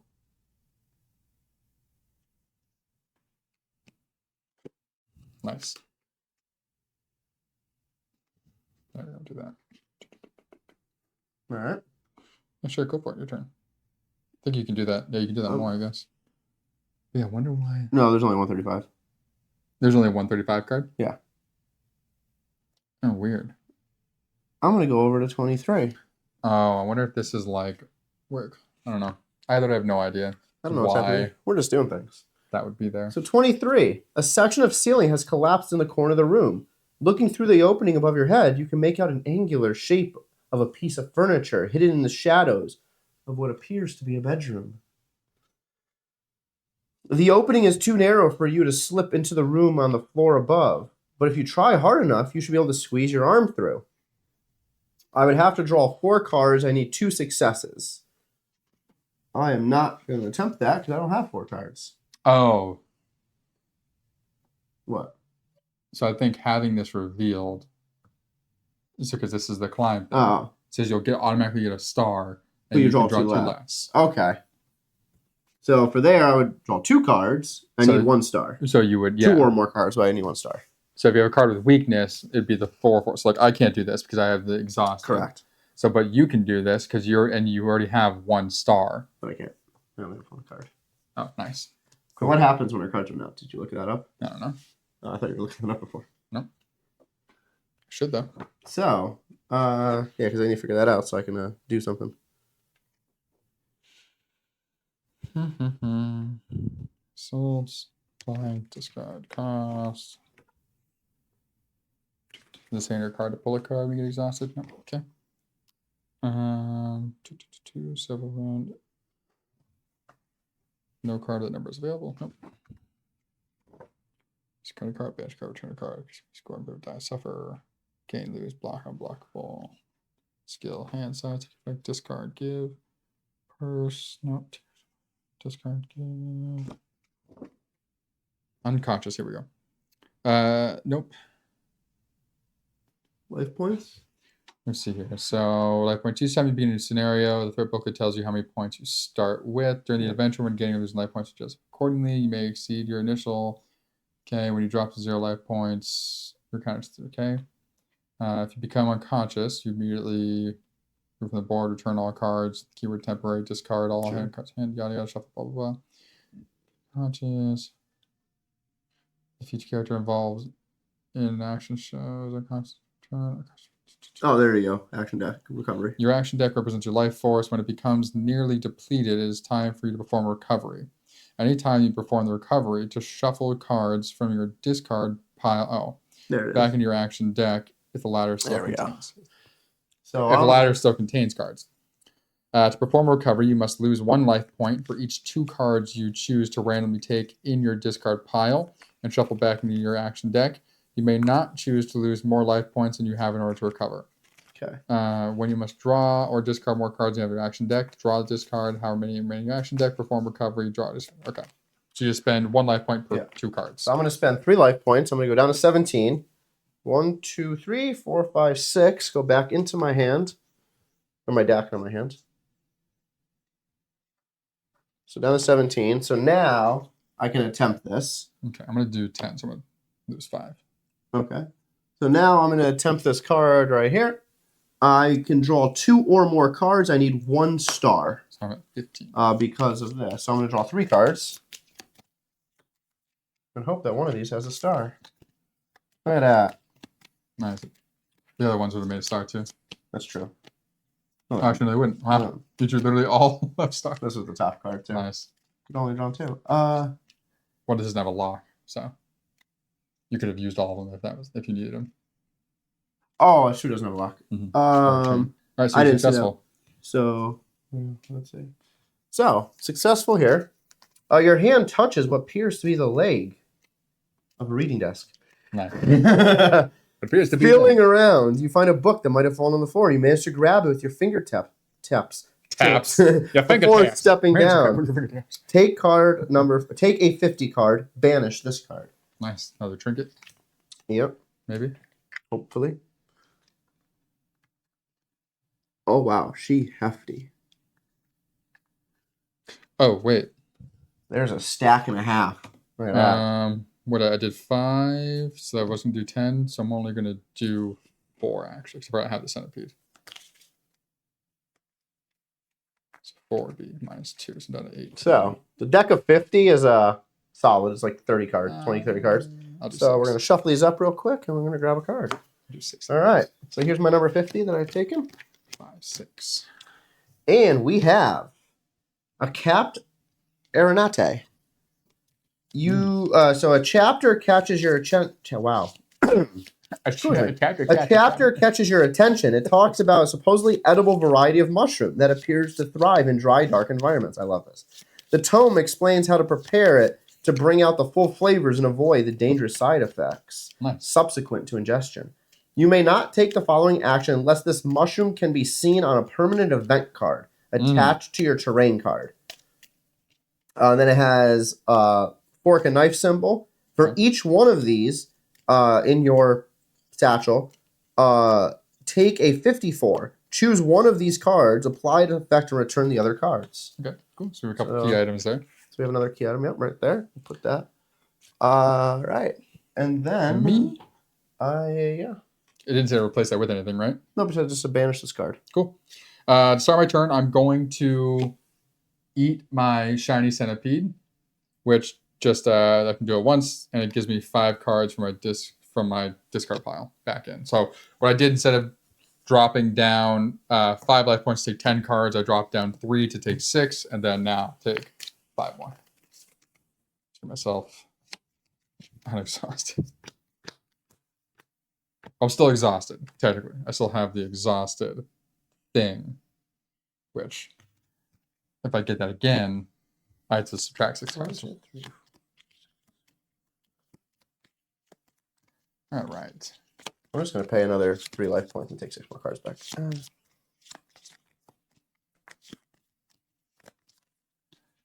Okay. Okay. So that's good. This gets discarded into the past, which means we could come back to this room and find another one whenever those get replenished. I'm going to go over here to 30, and I'm going to grab myself a thing as well. Oh, number 39. 39? Yeah. Okay.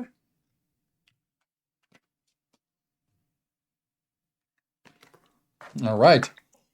I got a flail. Essentially nunchucks. I would say in the back, nothing. An agricultural tool used for threshing grass, grain, and anyone who might stand in your way. So it gives me the might and the sword icon. And so -2 when drawing cards, but any 3 symbols will give me a max, will give me a star. Oh, nice. There you go. So during the consequence step, roll a die. If more than 2, I'd have to discard it. So now I have 1 on my dealio.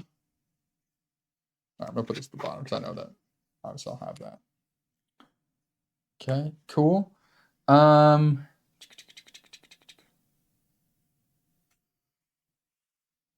know what? Are you planning on doing the strength check up top? Or do you not have things to do it? Because you have flail now. Well, I don't want to get... I'm already exhausted 1, and if I fail, I get another exhausted, which makes me discard 6 cards, so I'm definitely not. I'm going to come down here and fight this guy. Okay. I believe. But I was thinking about getting the other item that's there to start instead. The other 39. There's only 1 more left in there, right? Yep. So I only have 1 weight. So no, you have 1 weight. Where'd you drop the rest of the weight? Yeah, there's the body. I yeeted over the cliff.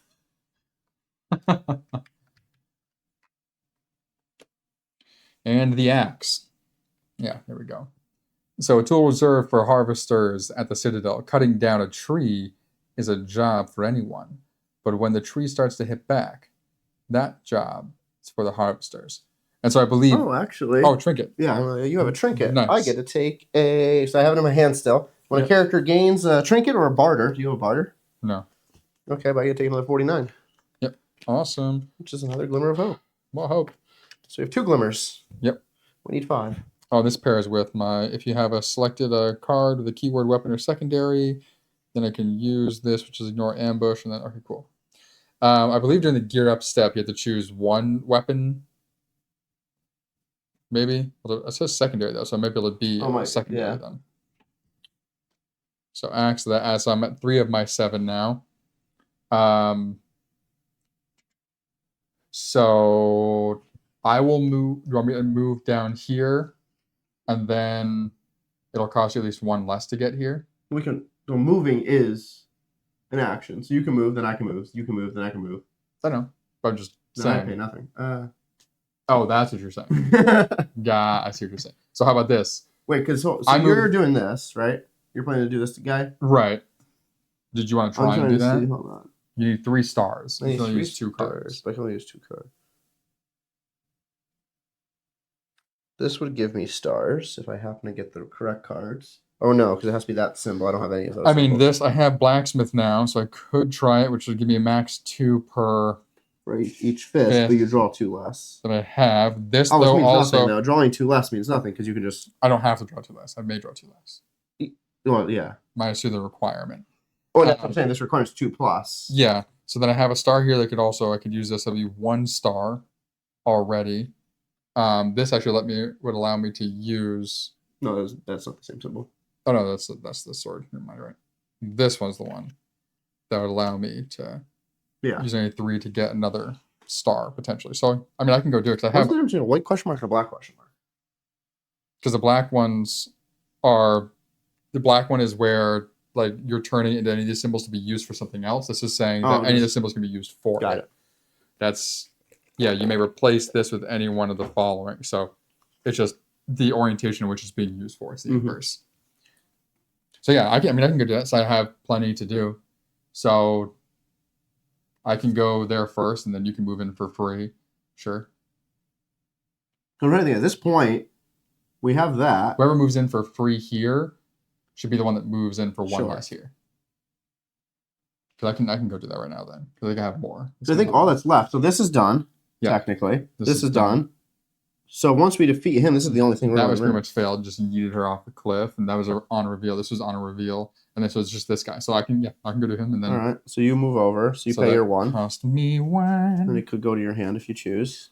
I move over. It cost me nothing. That's the one that gives me the double question mark, which could help with the flail if I feel like I needed it, or this guy. You know, I'm going to get rid of sneak attack right now, because that's not really going to help me. No one has ambush. Okay. And then, sure, I'll attempt homeboy again up here. Come down to our level. All right, here we are.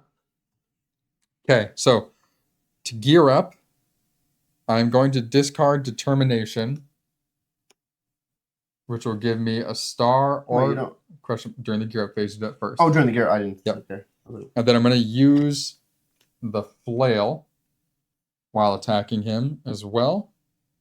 Okay. So you need 3 stars. You can draw. And then I could discard this to get a 3rd one for that. No, for this one you don't need. No, I'm not discarding. I'm just using it. It's still during the gear up phase. You have to choose to use it. Oh, because it's not one of these. Right. So any weapon. Correct. These other ones I have down here is I play afterwards. Got it. Yeah. And so I need 3 stars. I can only use 2. I'm still going to pull 3 cards, I think. So this will 1, 2 plus that would give me a star. So it's already getting a star for it. So that's a star or one of those. So I already have 1. So I need 2 stars. This. Reach those boom, boom. So actually these paired would be the other 2 stars. So I'm only going to. You could draw 0. I could literally. If you're doing the flail, or you just don't use your flail.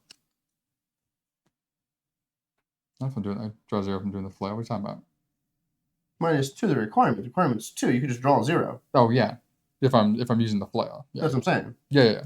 I know. If I use this, I wouldn't even have to draw. Well, yeah. So in that point, don't even use the flail then. Right. Because you have to. If you use the flail, you have to roll and just. But I don't know if I want to. Oh, this isn't. Oh, this doesn't get discarded. Never mind. So you can use that well. Yeah, that's fine. So I have that out. So then I have my blacksmithing, which doesn't get discarded, but so that'll be in my hand. And then, which takes off the 2 requirement to draw. And then I will discard my Jack of all trades. So Jack of all trades is going to be 2 question marks, which can be 2 fists, which is 2 successes. And then this would be 1 success for 3. Jesus. Nice. What's the thing is, I thought I had to get rid of the blacksmith. So I was like, I don't want. Hey, JD, how's it going? Hey. Welcome in. We're almost. I think we're almost done with the introduction scenario of 7th Citadel here. Probably like a boss we get out. All right, so then this guy will get banished. And then we're gonna hop right into the actual chapter 1. 27 here. Several prisoners jostle each other in confusion on the landing where just moments ago there was only a staircase leading down to the garden. Why would you put it there and not? Just give me the right one. 27? Yeah? Okay. We're doomed. We're worse off than we're worse off than a Wurzel. A Wurzel. It's like a weasel werewolf. Sure. In a field of carniflowers. Shut it, Liam. You're as cowardly as you are ugly. So I say that to Steve all the time. Have you ever seen what's left of Mance, Raider? He was an arm's length of making it. An arm's length. And, okay. So no check required. Just says banish and read number 10. Number 10 is the original. Oh, this is wrong. Put that back. Did you not read right? So that 27 doesn't mean the card. So Oh, 27 in the book. So that's somewhere. We don't even know where that is. 27. All the animal names are just a little different. Yeah, they're a little ridiculous for sure. Okay, 27 from the book. Here we go. That makes way more sense. Yeah, I was like, why is the arrow pointing down? Oh, I got a little of that fresh book smell, like a game, like board game book. That's all you. Ugh, I don't snort my books. it's good pages, good page smell. It's like a fresh basketball. That's just the rubber from the basketball. Sure. New car smell, all of it. Here we go. I like asphalt smell. I'm done for. But there's still hope for you. Fly, you. The wounded man's face twists in pain. His legs have been ground into a jelly pulp of flesh and bone. In his last moments, he finds the strength to thank you. With a faint smile before his eyes glaze over, and he breathes his final breath. So I have a check that I have to do here. Boop. Is this guy here? Yeah, mandatory check. So I got it's a mind power. No cards required, but I need 1 star. Oh, so if you had some with 1 star, you could have used it. That's fine. So what are these? Those are the cards I got rid of. No. Sorry, I need to shuffle those. Those are the cards I pulled that I thought I was going to have to use for the last one. I'm going to pull 2 cards. All I need is 1 star. You got it. Boom. Nice. Cool. Got it? Says, the only way is forward. Trying your best to remain positive. You think of how the unfortunate wretch is at peace now. Take 149 card and return the dialogue book. So I get a 49 card. What's the rules for handing thing? Can we swap anything? Why? No, again, these are the satchels. All of it's collective. Oh, yeah. So it's just all of us together. Yeah. That's why I was gonna like literally just pull this out and we could just put the quest items. Because I'm gonna turn these in soon. On there. Yeah. Okay. Yeah. Quest items are just for everyone. Okay. Okay, so then I have to get rid of both of those. All right. So back to the Cool. board. The thing that exhausted me is now it's a success. So I will travel down here. I have to pay 2 cards to do so. Yeah. But I can bring one of these into my hand if I choose. We're gonna go fight this weird monster thing that's at the bottom right here.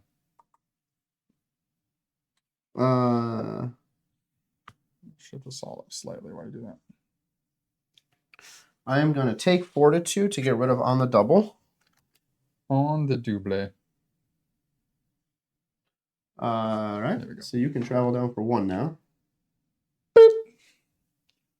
Just gonna add to my hand because I don't have anything in my hand. So now we need 2 more stars here and then 4 stars down there. Oh, amazing. Boom. And then we actually will get number 26, and that's probably the last card. Oh, that's what those are. Those block damage. Cool. During the consequence step, you may not apply the... Oh, if I use that, never mind. Drop my guard to hit him for 1 harder. All right. How many cards do you have in your deck? 1, 2, 3, 4, 5, 6, 7, Oh, you 8, have a 9, lot. 10, 11. You want me to attack him? Well, both can, one after the other, but so that one only needs 2. This one we need 4 stars. And this one we take damage for each time we don't fully kill him. What's your health? 17? Okay, I'm Yeah. going to go first, then take the top one off the board. Okay. So I'm going to use my hoe.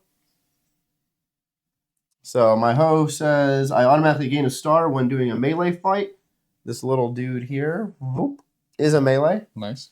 I do have to roll a die afterwards. And then I can draw 1. I need to get 2 stars total. So we're going to draw 2 cards to see if we can get 1 star. I can only use 1 card, which is this one. Boom. There's 2. So this die now disappears off of that guy. It becomes a 4 and goes down here.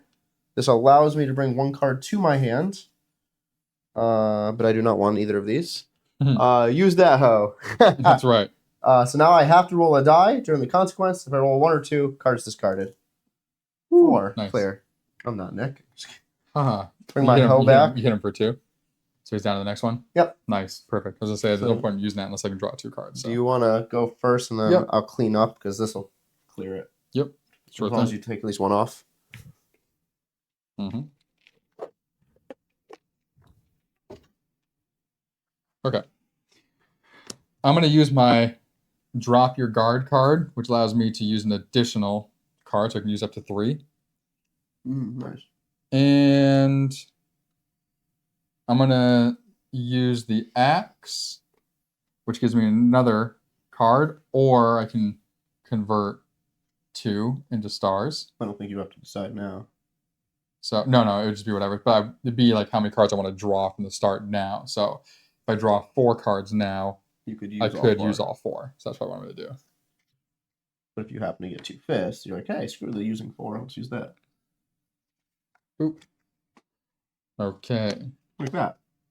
1. Literally like that. Yep. And those. So, I have 1 star. And then we have 2 fists. You're not in picture. Oh, sorry, I'm over here. My bad. Make that. Just take a poll. There. Guess I'm sorry. No, just seeing how much space we Oh. had here. All right. So I have the 1 star here, which will tick him down to 3. And then I have the 2 fists, which I can convert into 2 stars, which brings him down to 1. And I don't think I... Oh, wait. Oh, no, that's not a thing. Nice. And the axe is gone. Does this fist count? No, because you're Oh, not max counting 1. It's max 1 anyway, yeah. Well, no, this is in my hand. This is always this one right here I'm talking You don't about. count out of your hand, though. True. This Hey, is for there. Yeah. Never mind. 4. Yeah, that was lucky. Woo-hoo. Not lucky? All The right. definition of luck, I guess. So So I take 2 damage, though, and get to keep 1. yep. So I'm down to So- 15. Yeah, I'll get that. Hold on. Chill. No, I was thinking, you This is can't the keep start that one. one. Yeah. No. Just these that are up here. Yeah. All right. So must draw at least 2 cards. We need 1 star.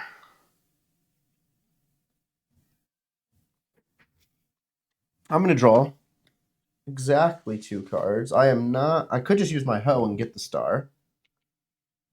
But I don't want to do that. I think I can get 1 star.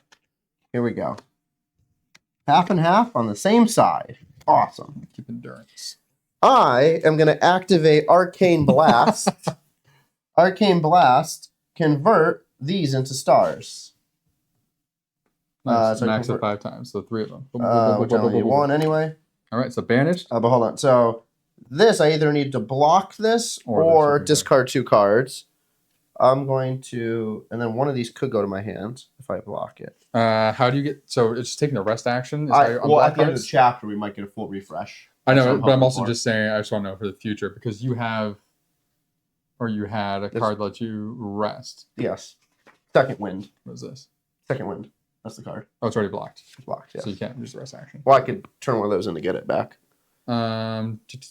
So I'm going to discard 2 Say to slip card under. to keep Arcane Blast. I could bring one of these 2 into my hand, but I don't want to. So now, yes, replace this with card 26 and banish that one. I did not use my hoe, so I don't need a re-roll. So final card 26. I think this is going to be the end of the chapter. Maybe find out. In the dim light of the corridor, you inch your way forward. You walk past a half-open door on the west side and cannot suppress a shudder of fear. The room beyond it is the chamber of questions, and anyone entering it always confesses their secrets. Why isn't it a chamber of secrets? Even if they have none to hide. Enraged howls ring out from the cell across the way. We're not done. That's vanished. Nice. So we have now opened up this. We have 43, 32, and 34. With some more random spots.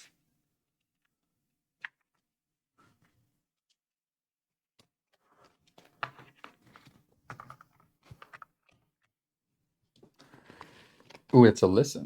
So you just listen off that way. Okay. All right. So All right. So let's you spent 2 to get there, Yeah. so I'll move in so you can spend 1 to come in. I got to I'll spend my spend 0. 1. Yeah, you spend 0. So I'm gonna take my 1 anyway, because that's what I wanted. Save your energy, -2 or -4. That's the only card in your hand. Okay, cool. All right. Now I guess I'll listen. All right. 43. Yep.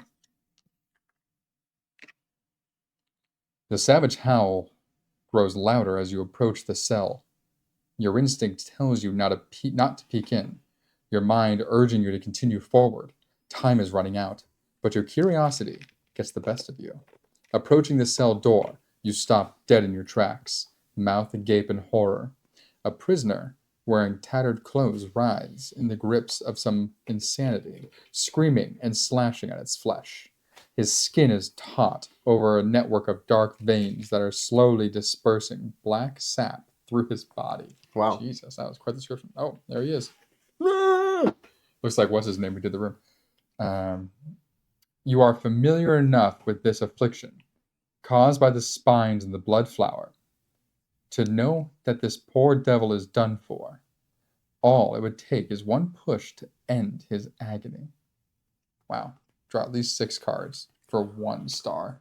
That's where all the -2s are coming to play. That guy right there would help. Yeah. So alright, so let me see. So you just need 1 star. Oh. So with that, it would be 4 right now. Yeah, that one you can take it down at 2. Save your energy. That one, I could discard to What if this is the only card in your hand? Was not okay. 2 less. Actually, this one even does 2 less. But then you're rolling the die. Yeah. Just need 1 star across 2. Fist can be turned into a star as well. Roll the dice. I bet, yes, I'm either discarding this card or discarding this card. You're not guaranteed to Save discard that energy. card.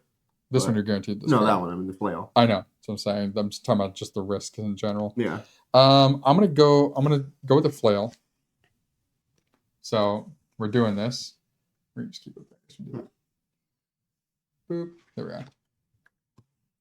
So I'm gonna use the flail. I painted those minis in my game. They're so freaking small. Oh yeah, sure. My goodness. So I'm gonna do 2 less. And then I have my blacksmith in hand, so that allows me 2 less as well. And this also will allow me to convert fists into successes. I just need 1 star. Or 1 fist. And there you go. Boom! There you I got 2 stars off that. So we are successful. I gotta roll to keep my flail. Oh no! And it's gone as expected. That's fine. It was useful. Discard this card. Yep. Says the individual resists your grasp, but you get the upper hand and throw him into the void. I'm just chucking bodies into the void. This is the second body I've thrown into the void. The first one was an accident. That was on purpose. Sure, it was an accident. 151. You are unleashed. Your fatigue is turned into intense anger. At any time, you may choose to return this to return your "You are exhausted" card. Which you have. Amazing! Right? Yep. Yeah. Okay. Awesome. That was worth doing. Or if I hold on to it, I can get 3 fists. No, I'm definitely I was like, don't. sure. Wait, hold on. What is that thing on the bottom of the card? Blessed and temper. Okay. Yeah. So, I just want to check before. Yeah. Oh, well, trinkets are items. All right. No, so I have this other thing. I'm going to too, though. immediately It says, return where'd it this to return "You are exhausted," so I'm no longer at risk of that. Yeah, it's a barter too. I don't know what barter is going to be. Probably an item you can barter with. We have 0, 1, and 1, 5, 1. And I'm going to use 3 points to get back 6 cards here. All right. While he does that, I am going to flip this card here on the bottom. It's free since it's a 0, 0. You are out of breath. Do you continue on as best as you can? One random involved character takes a 001 card, or do you risk taking a few moments to rest? So there's the thing. Well, I'm not taking a 1 card because he had the 1 card. That's the exhausted card. So can we do things together then, I guess? Yeah. I think it said there, like, you would determine the active player, But we can do but we them can, together. I think certain things you can do together. So when it comes to the checks, then do we each? As long as we're... No, we don't. We'd have to just, I think, declare beforehand if we want to do it. No, it's like if we're both. That's what I was asking. I wonder if we can both do an action, and if so, do we both draw cards to try and complete the action, and then were we both limited to? Good question. I don't know. 4? But for here, I'm going to attempt number 13. So it says take a 13. So there's a group of 13s in here. Let's see, we got 1, 2, 3, 4, 5, 6. 6 number 13 cards, and try your luck. If Lady Luck is on your side, take 3 cards back. If Lady Luck is not on your side, you're jinxed. Fragments of rock fly everywhere. Lose a life point. That's just disturbing. All right, so here we go. We're taking this one here. The rest of the 13's back. Why is that there? Oh. What'd you do? I don't know. We'll figure that out in a second. What card did I put back? Oh, I put them in the reverse. I put the 151 where the 1 was supposed to go, the 1 with 151. All right, is Lady Luck on my side? Let's find out. Boop. You were jinxed. Awesome. Lose a life point. Tilt. Hey, I have 13 life points now. Immediately after this is... Okay, Old Cider always said, bad luck is just like a fly in a dung heap. It takes its time before it leaves you in peace. Immediately after this is revealed, discard all of your cards with the word blessing. I don't have any that say blessing. The next time you must take 1 or more 13 cards to try, don't. Instead, consider all the cards you should have taken, or you are jinxed. Then discard this card. Well, that's rough. So this is going back over there. Okay. Put it off to the side. Where's it go? Back in the thing with these. Oh, one of those. One Yeah. of those. I want to do the other one too. Okay. Just Go for goes. it. Second one. R.I.P. I'm not dead yet. I just jinxed a little bit. Damnation! A dark squash stands right in the middle of the passageway. It has spat its deadly seeds all... Oh, wait, hold on. I did this wrong. My bad. Reverse. You have to put 34 down. I had to put 34 down. I'm like, where's the story continuing? 34 is what I meant to continue with. Steve going too fast. Here we go. You notice people gathering at the far end of the gallery. Several very agitated prisoners are standing at the top of the stairs, leading out to a sacred grove. You overhear a few snippets of conversation. Boop. So now I can pay 1 to move down here, but automatically triggers. Okay, so I'm going to pay 1. Card to travel, and I can take this to my hand if I want. I have a jack of all trades. I'm not going to do that. Automatically 24 triggers.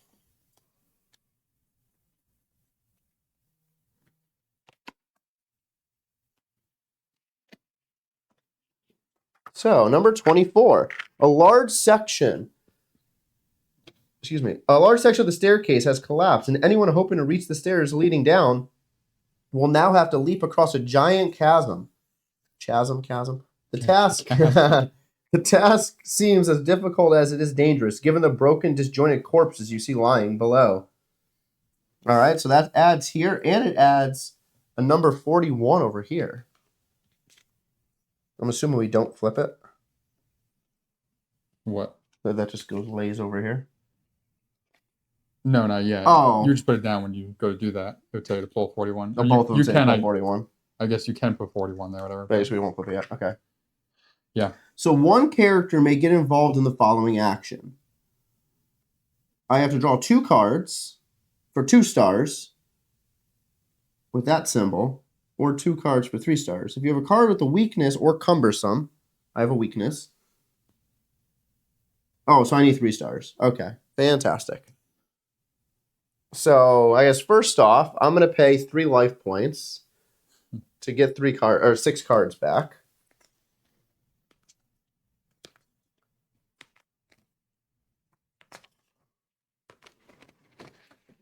Doesn't because it all just says the active 1, 2, player 3, 4, does 5, everything. 6. So why would you involve multiple characters?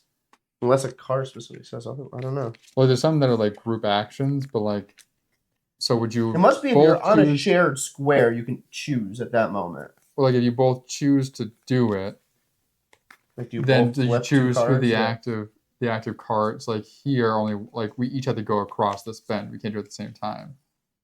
Yeah. I don't know. Watch it. Doesn't explain it. Look. So, I need to draw at least 2 cards. I need at least 3 stars. This is going to be horrifying. I'm going to draw 3 cards. Let's just see how bad this goes. I can only use 2 of them. So there's 1 star.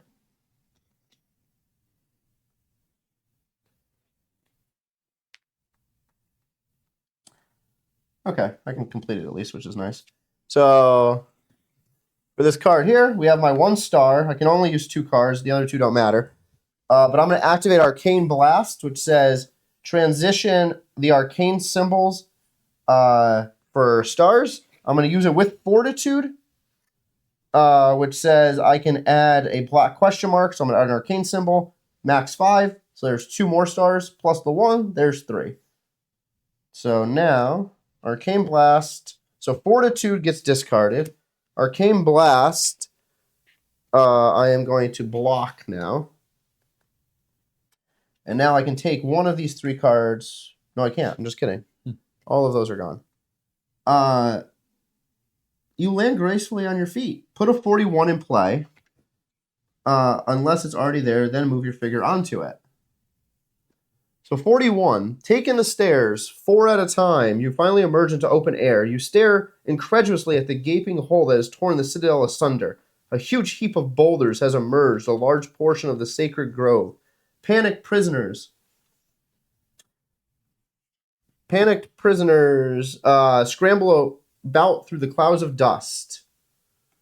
Boom. So I'm here. But now I put a 41. No, I'm not even there. I didn't move. Oh, there it is. Oh, no, yeah.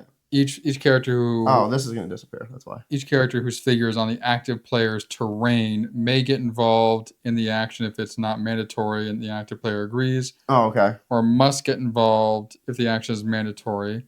Oh, but you weren't here, so you didn't have to get involved in this action. Getting involved in the player's action may be helpful where some skills can be used to help the active player. Okay? So, like, you could use... The active player could use... So I can't... I'm not drawing cards from the deck, and I'm not... Like, but you would be able to... You could use something... Yeah. This stuff, it seems like. So 24 looks like is just gone. Oh, no, this would stay here, because everyone has to do the mandatory action. Okay. Did you pass it? I passed it, yes. So you're over there now. No. This says put a 41 in play. Oh, yeah, and move your figure onto it. Okay. Yeah. So I'm over here now, yes. So 38 and 47 will be the next 2. Nice. Keeps going. Well, I'm assuming like our goal was to escape, so I assume this now should be towards the end. Wait, that's the reason you both go across. He wasn't in the square with us, so and only he's one up there. And only one can do it at a time, it says. Yeah, only one character. So he has to move here, trigger it, and then pass it, and then move across. Mm-hmm. Did you do 27? No, I only did 24. Okay. It was mandatory. So I had to do it. So I moved on to the square. Yeah, but that doesn't mean that you have to do that one right away. Yeah, it does. It's mandatory. No. Yeah. It doesn't mean you have to do it right away, because then why would they even put one there? Then if you fail, maybe. I don't know. Nope. This says here, the related effect must be applied to an action that all characters on the active player must get involved in. Yeah, so like, so if both of us were there, we both have to do it. both at the cross when at the we same do time. it. Well, I did it anyway. So, all right. Cool. I'm going to chill out over here and do this and that, and I'll catch up to you eventually. Okay, I'll read all these after. There are some actions later where it's beneficial for both of you to do it for movement purposes. That makes sense now, but we always make the game more difficult. Yeah, we will. We'll learn. This is discarded. No, this plays back over here. No, yeah, discarded for now.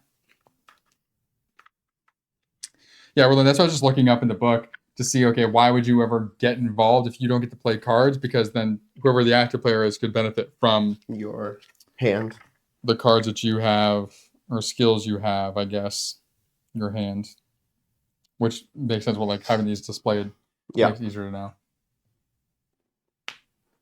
Anyway, cool.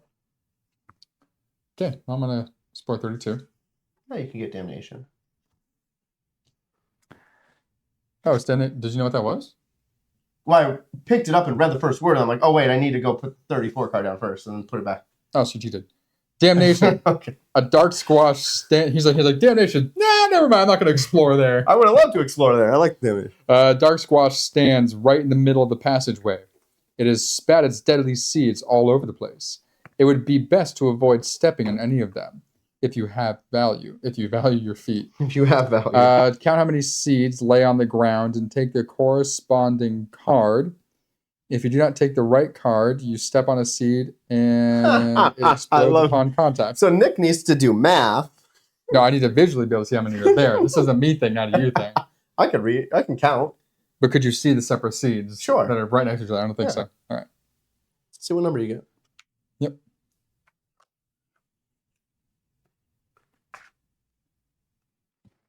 You're 32. Okay.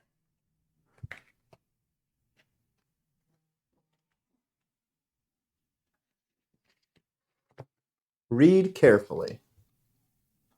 Yes, says count how many seeds lay on the ground. Hey, thank you. Nice.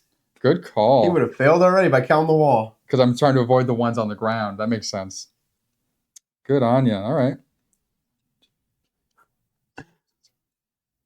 Think. 6, 9, 12. I think there's 21, but let me just double check that.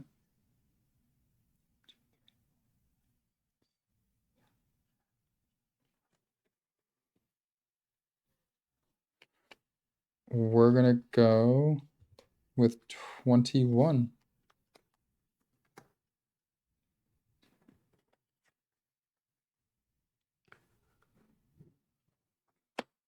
This icon will be visible on the back of the right card. Only the thumbs up icon. Oh, I read that. Okay, that's just making sure. You're going 21? Yeah. Okay. Nice. Success. Thank you for the little tidbit there. Good call. Man, I was definitely counting all the things. Yeah. All right. You pick your way through the seeds, making sure not to step on one of these explosive traps. After passing through the obstacle course, you breathe a sigh of relief. Take a 49 card. Nice. And a 150 card. Tip, when danger lurks, pay attention to small details is often what distinguishes the living gardener from the composted one, hence the ground from the wall. So, many thanks. Those are away. You are focused. With your senses on alert, you are ready for any eventuality. At any time, you may choose to return this. To return, you are confused. Cool. Or I can choose one card from my discard pile and or action deck and add it to my hand to return this as well. That doesn't help me at all. You want to hold on to that for the you are confused for sure. I need to get rid of you are Jinxed. And then this is the 32 card that would be right here. You have walked past this room 1,000 times, but you've never entered it yourself. What luck! Those who have experienced it have terrible memories. The sort that wake them at night, drenched in sweat, with eyes wide in horror. Pushing the door open, you take a look inside the interrogation room. An overturned brazier. A brazier? Has spilled its dimly glowing embers. How do we pronounce the word? We learned this with brazier. I think it was like it's not brazier. No. That's a bra. No, it's a brazier.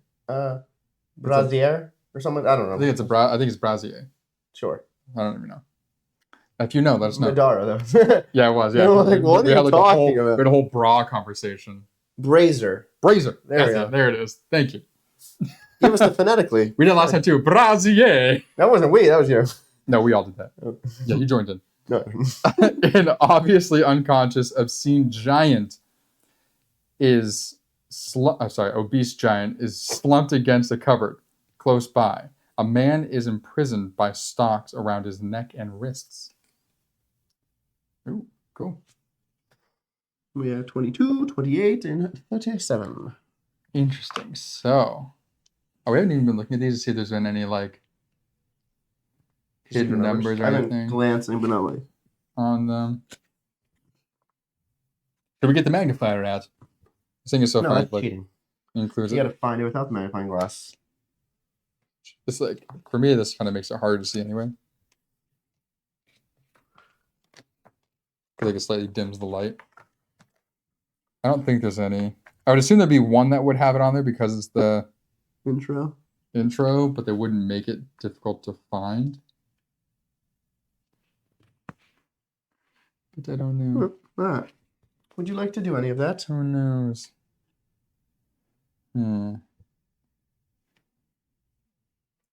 Sleeping giant. Let the guy go. So sleeping giant, I feel like, is a problem. Let me go all the way. All right, What we'll is be that? here. What's that? He said BRB. I was like, Oh. we'll be here. Oh, absolutely. Yeah, we have no. The ladies are gone, so sausage party. I'm gonna go in here. Obviously, I'm gonna spend my 1 to move. Boom. Discard that to get 2 question marks, which could be used for that. So I'm gonna do that for sure. It's a killer combo. All right. And I'm going back here to 28. So I have to draw 1. And you need nothing. I need nothing, so I'll just get rid of that. They're both banished or discarded. Discarded. What do we got? The furniture catches your attention, and you decide to inspect it carefully. You open the panels and rummage through each piece of furniture, slipping your fingers into every nook and cranny where even the smallest cockroach would not think to hide. Take a 13 card to try your luck. That's where it starts. Board Game Bree, welcome in. Hello, hello. Feeling lucky with this guy right there. Yeah, oh. Nope. Yeah.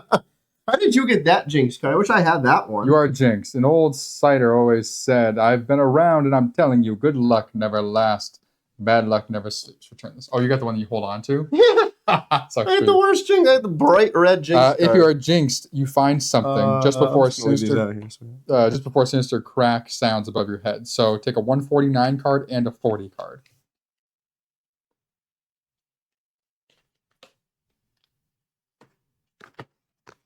Are these all different? Yeah. 149. Shuffle that up. Shuffle all these. 149. So I found something, but then a crack happened in my head. And a 40 is flat. Don't want that. Don't know what that is. Take whatever this is. Yeah, okay. Okay, there's that. All right, let's see what the fun stuff is first. I assume the 40's bad. So, I found flute, just like pliers. A small metal musical instrument. Barter. Hey, barter. 49. Sure that'll come in handy later to, barter with. Okay, and 40. Is it the moment you get 5 or? No, I can choose. So I'll wait till you finish your thing. Crack! The fissure suddenly shoots forward, splitting the ceiling in 2. A stone block crushes to the floor in front of you, and you have just a few moments before the whole thing collapses. Oh, I went right there. He's going to die. This man's going to die in there. All right, so draw 2. I need to get to... I'm sprinting. This will allow me to discard. Oh, sorry. You think you're going to put it? Never have like a thing here in front of us. No, never. We never have. Well, it 6 makes months. Well, for this, it made actually because we don't know where this is going to go. Anyway, so draw 2. I need 2. I'm going to draw. I'm about to head up. I'll be back. All right, we'll be here. What am I going to do here? So this I can discard to give me 2 question marks. Let's go with 3. All right. Do I do 3? I'll do 3. Need 2 stars. 1, 2. Oof. I saw the second half. I was like, oh no. Alrighty. So I successfully did it. You managed to escape from the room before the ceiling gives way, raining down a barrage of rocks where you were standing just seconds before. Banish your terrain card and replace it with 32 cards. So dead. Dead. Man, I should have inspected the giant. Maybe not. Probably have to fight him. Alright, so new 32 cards need to go there. Discard the permanent event cards attached to it. There were none. Move each involved character's figure to the adjacent terrain card. Okay. So banished, and this is temporary, so that's discarded. It's a discard all. Yeah. They won't come back anyway. So this is the new one? Yep. Okay. And that was a close one. As the dust settles, a stone rolls across the floor to your feet. The rubble has almost completely blocked the door to the room, which is now buried under several tons of rock. Anyone who is in there has probably been reduced to pulp. Yikes. Sorry, guys. Oh, no. I guess we're never going to need that anymore. That's fine. Yeah, if you go in there for some reason, I don't know why you would, but it would cost 4 to get out. Get bumped by an animate. My goodness. All right, it's my turn now. I'm down here, chilling, my green on green. I'm going to do number 47. I get to draw a card, but it doesn't need to do anything. Oh, yeah, because you don't actually go anywhere right now. Interesting. Yeah. A gust blows through the breach that has cleaved the Citadel's outer wall into 2. You are only a couple hundred steps away from freedom. As you quicken your pace, a broken body crashes to the floor in front of you. Nice. Oh, that's that's where the thing fell. I guess so. The body just got hit and went flying and dropped in front of me. A gigantic tree bristling with skulls is on a killing spree, frantically cutting down the escapees as they attempt to scale the rubble. Behind you, the cell collapses one after the other, removing any possibility of retreats. Oh, okay. Your only option is to take on the enormous clawed branches of the monstrosity standing between you and your freedom. You thought the most difficult part was behind you. So we'll show you this. So we have a big old boy. Which one was that? 47? 47. Nice. I thought the map was going to just lead us out the door and I'm like, done. Of course not. Boss fight. So I don't have to do it, which is nice. We knew that now. Mm-hmm. This is killing me. Whatever. So you can draw 2 cards or more. You can only use 2 of those. But then you would take health. I only have 3 cards. What's the symbol? Sword. Sword. Okay. So you know what I'm going to do first? Let's make this fun. I have 5 glimmers of hope. What's that do? At any time, return 5 glimmer of hope. Take a 99. Nice.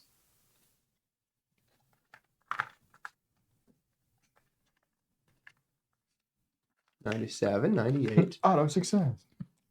Hey, it could be something useful, though. I know. Your only option is to take on the enormous claw. Okay. What's so the 99. Hope Reborn. At any time, you may block this and all of your other Hope Reborn cards so that the characters share 10 life points. What? At any point, you may block this and all of your other Hope Reborn cards so that the characters share 10 life points. You just get a bonus of 10 life points? Hold on. The fruits of check one symbol on the Destiny page of the leaflet. Block this. The Destiny page of the leaflet, which is the book. Interesting. Anytime you may block this card and all of your other Hope Reborn cards. Okay.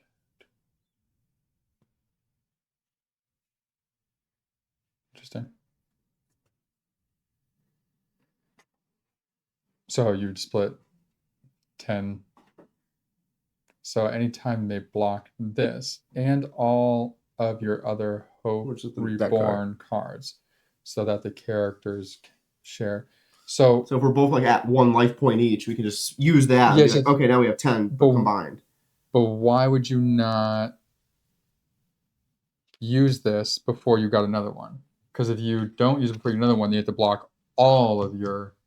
Yeah, but maybe you don't Overboard need to it. get Like 10. if we're at full health, you can't go over. Oh yes, you could go up. But this says I don't know. But then also here we can do this, which says While check. it's not blocked, yeah. So the fruits of your action, check one zone of destiny apply its effect. Block this. Slip underneath one of your character cards. If we do that one, I don't know. Just something with the quest. Leaflet, yeah. Leaflet, We're okay. not gonna do that yet. You don't need any of that yet right now. Okay. All right. Well, let me go do this and come over here with you. Yeah, because I'll do 38 before I do this. Mm-hmm. So I'll spend 1 to move down. Choose the 3 cards in your discard pile and shuffle them back into your action deck. Second wind, and that would block that. Nice. So keep that, then use it to get me 3 cards from my discard pile back. Why not? Let's discard you, keep you. Before I do that, I will You have a second wind. use the second wind, so blocking it, to choose the 3 cards in my discard pile and shuffle them back in my action deck. What's this, 3 you said? Mm-hmm. Huh. What was yours? 5. I get to choose 3. You get to randomly. So I get to randomly put 5, but then I can choose an additional one to put in my hand. Yeah. So 6 total. Huh. So let me see here. Do a consequence step shuffle. So that's a 1.5. That's good, but I should probably put. Well, if you're gonna do that, then I'm gonna do This. 38. Yeah, go for it. So I'm gonna do number 38 over here on the board. I have to flip a card. Boom. 38. You turn towards the garden where you just yesterday were laboring to harvest Omnakira sap. You cautiously make your way forward and notice a clearly disoriented Vault bush staggering about. These creatures are generally only seen in the Necro-Druid chambers, where they are tasked with protecting certain precious artifacts. This specimen seems to have been badly damaged by falling rocks, given its content strewn about nearby. The Vault bush is set upon a swarm of aggressive birds that must have smelled something tantalizing in its treasure trove. It retaliates by firing off a volley of deadly spines. You might be able to take advantage of the diversion to seize something of value. That goes right there. So I'd have to draw 3 or more cards. I need 3 successes. I don't have anything with that symbol on it. All right. So I'm gonna pay 3 life points to get 6 cards back. And then go for 27 if you want. Okay. We got yeah. 27. Murder that. Never mind. I was looking. Mine said 1+. I was looking at Oh, that. yeah, no, I'm good. Oh, that's the one I found earlier with the guys arguing. Hilarious. We're doomed. We're worse off than the Wurzel in a field of cornflowers. Shut it, Liam. You're as cowardly as you are ugly. Have you seen what's left of Mance? He was an arm's length away from making it. An arm's length. Okay, so not going to do anything. So then just banish this and read. Number 10. It's interesting. So do the talk. Don't you have a thing about talking? Oh, it doesn't like it matter. It's in there. It's no like there's no check here. Okay, so banish this and read 10? Sure, why not? I think this is lit at the end now. This makes sense. Yeah. Because this just says read number 40 and it's not It's a add a boss card. battle. And this is going to give us something. It's 10, right? Let's make sure. Yeah. Entry 10. Story time. You stand in the middle of the group to make sure everyone can hear you. Oh, okay. So I get to choose if I want to be authoritative, diplomatic, or a jokester. Oh, we already know what you're going to choose. Mm-hmm.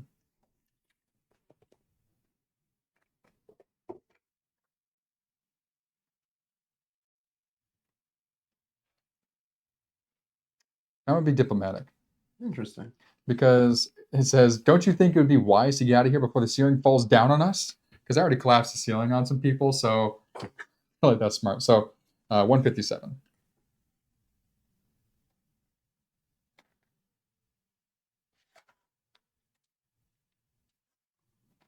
$157. Boop.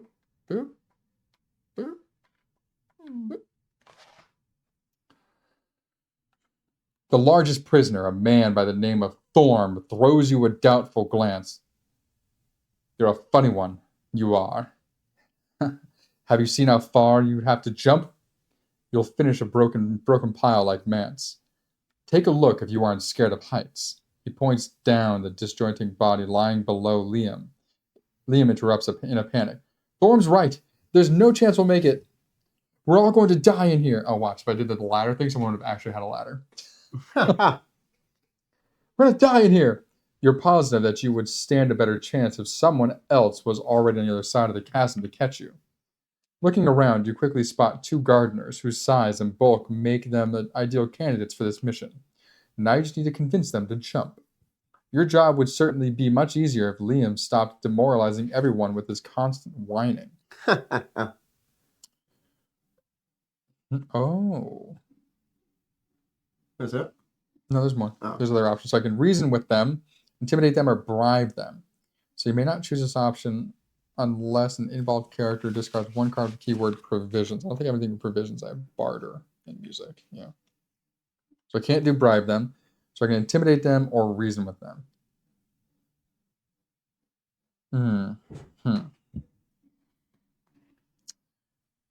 Intimidate the big guys or reason with them. Well, we'll continue the diplomatic route. Let's try to reason with them. See what happens. Literally not. There we go.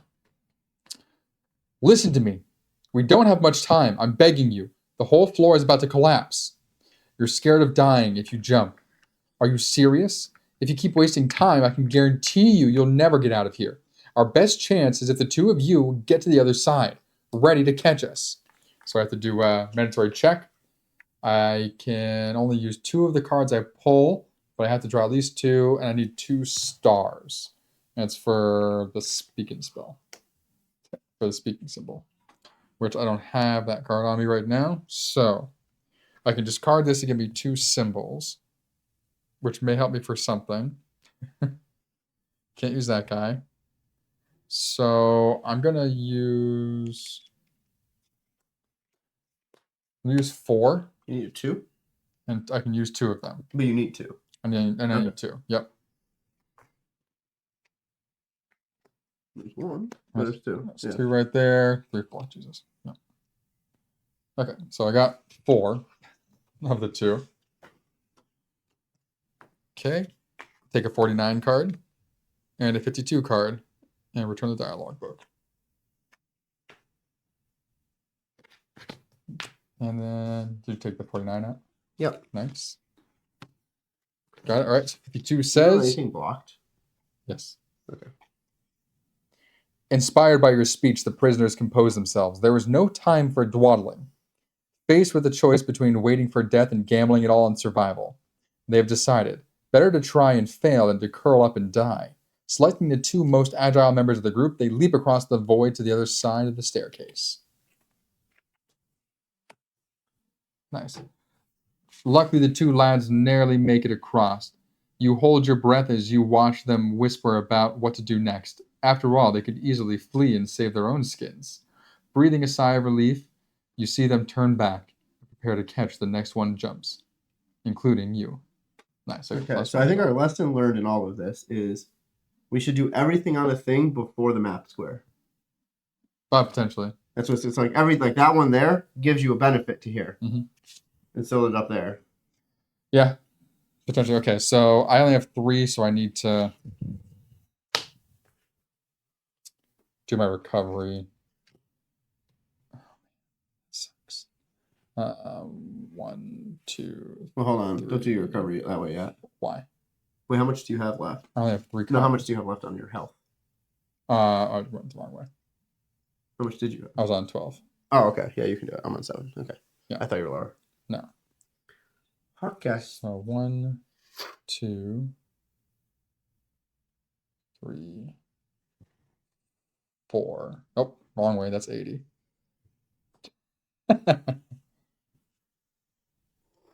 So I have 8 left. So I just did that so I can get 8 cards back.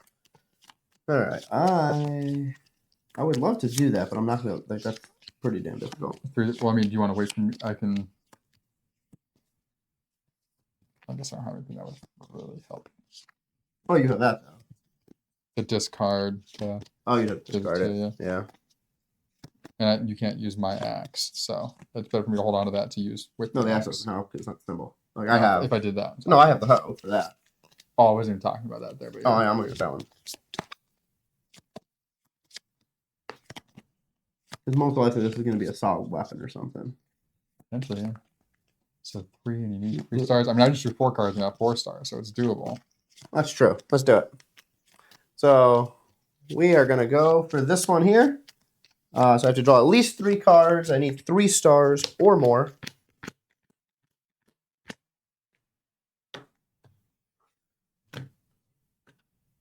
I'm gonna draw 5 to be safe. Because I can unblock this now. All right, so of course I got 4 stars. So boom, boom, boom. Nope, that's not how that works. Oh no, that's 1 star. So I can make 2 stars. Yeah, because you can only use a card once. Is that true? What do you mean? Yeah. Are we sure? What do you mean? You can only use a card once. Are we sure? Just 2 stars. Oh, but it wouldn't work. Never mind. Yeah, no, I looked at that. Gotcha, It was gotcha. still 2 stars. I thought you were saying you couldn't do it because it was 1, 2, 3. Oh no. This does not help.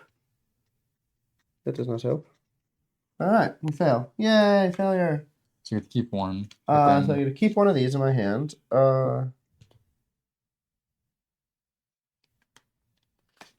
Obviously, we're keeping this one. Ooh, which one do we like better? This gives me a star, and I can convert. This just gives me So now, I take a health hit, so down to 6, and I take a number 4. God, that guy might kill us. No, we'll be fine. We'll be all right. We have the thing up here. What to give us the 10? Yeah. Oh, there's a bunch of number 4s. So whatever number, we don't know what number 4 is. We haven't picked one of these yet. Probably something to eat. Forever aching muscles. You are hardly at your best. Deal with the infection quickly. Oh, because the bad thing. Or it might get better of you. You are ill. Immediately after this is revealed, if you are already ill, which I'm not, immediately after performing recovery, lose 2 life points. Oh, no. Which is fine. So now I am going to activate our Glimmer of Hope, which allows me to unblock Second Wind. You crack me up that you have to have all your cards shown. I like to see them. I'm going to activate Second Wind. So the Glimmer of Hope goes here. Like the 2. Activate Second Wind, which gives me 5 of these back, and 1 comes to my hand. The 2 play styles. That one's coming to my hand. Steve having taking up all this space, which we'll end up needing when we get to the larger ones. And then me, I have 4. I'm just like, boop, boop, boop. I'm good. Here's my bag. I like to see every weapon and thing that I can. But I want to decide when you're nah. That's fine. Okay, so I now have a new hand. So you are ill. You are jinxed. Boom, boom. Hope Reborn. We have collectively. Oh, these are both collectively. Yep. Yeah, and then we have this trinket weapon. All right, so now I have 1, 2, 3, 4, 5, 6, 7, 8 cards in my hand. So I don't have to do recovery, which is good. So if we can get through him without recovering. Or 6-4. So you have to do that first. Yep, that's where I'm going now. So I can use an additional card to make my 2. So I think to try and conserve life points.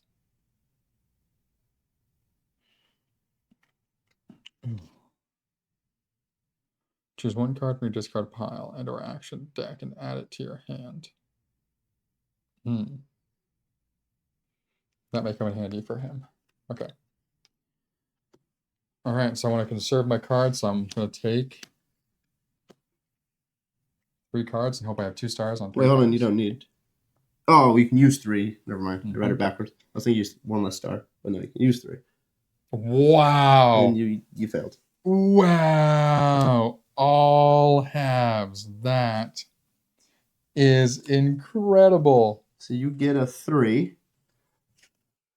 Still on your board, by the way. Oh, my bad.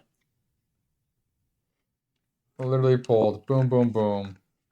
Nothing matches. That's amazing. So it wouldn't even matter if I took another card, really. No. But I got rid of the little one, so that'll help with... all right, so it says, as you land on the far side of the stair, you hear a terrible cracking sound before a bolt of atrocious pain shoots through your body. Lose 3 life points. So now we need to use that card. I'm down to 5. Take a 3 card. Put a 41 card in the play on the other side. And figure that. Boop. All right. You have a nasty wound and are not recovering as quick as usual. You are injured. Immediately after this is revealed, if you're already injured, which I'm not. Yeah. Okay. Immediately after performing a recovery, I -2 from my deck. Interesting. So if you recover, you only pay 1 health point to recover. You lose them instantly. So you can take the recovery action, take a 49 card, and return this. Your condition worsens. So I need 4 stars. I can only use 1 card to get 4 stars, though. Jesus. That's crazy. Okay. Right. What's the green card you have, though? What Does that help card? for you were injured? No. That? No, Oh, it'll help me just grab a... No, it's for you were confused, though. Or I can use it. Oh, yeah. To grab a card from my discard pile. All right. So for this, Jesus. Let's zoom in over here because the card's right here. So what's your life points at? 6. So let's just use the... What? So you draw 2 cards when you take 4. Because I think I can do this. Yeah, it's fine. But even like when we succeed here, like we'll take 2 damage. So I'm saying because no, succeed there. I know. Here, if we don't do all 4, yes, we're gonna take damage. You're taking 2, we'll take damage. I'm saying to make sure that we have life points we need, because we're gonna go through this quickly as well. All right. Might as well just use it now. 5. We'll just split it 5 and 5. I'll have 10. You'll have 11. No, it says characters share 10 life points. Just grab one of the other counters. No, share as in like split it between the characters. But it doesn't say we have to decide right off the bat. So why not grab one of those counters at 10? No, because it's not doing that. It's share. I mean, like we decide we split the 10 life points. All right, so we should get 5 then. That's fine. Yeah. So like you could decide, okay, I'm going to take 3. I thought it'd be like 7. You share 10, so like, if you take 4 damage, okay, then it goes down by 4. No, and we still have 6 shared. No. So then, anytime you may block this. This goes under a character. I guess it doesn't matter whose. So I have 10. You have 11. Yep. So now to this. Now we're ready for the battle. To get ready for the battle. What time is it right now? 3:20. It's not time. I know. I'm getting hungry. So do you want to go first or want me to go first? Oh. Me want me to go? Why don't you go? Because I just failed miserably. That's fine. Okay, cool. All right. So we're going after this dude. So I have a hoe. What up, hoe? Which automatically gives me 1 success. This is just melee. All right. So I must draw 2.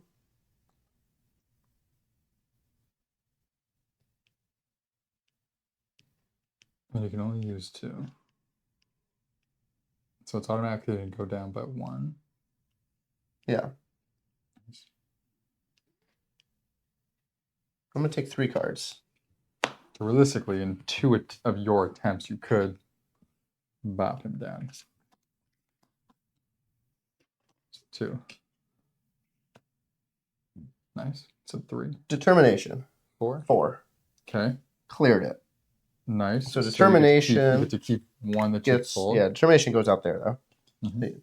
Now I can keep one of these. See what you're doing anyway. Oh, that's valid. Well, there's 3 cards here. I'm going to choose one of these to keep.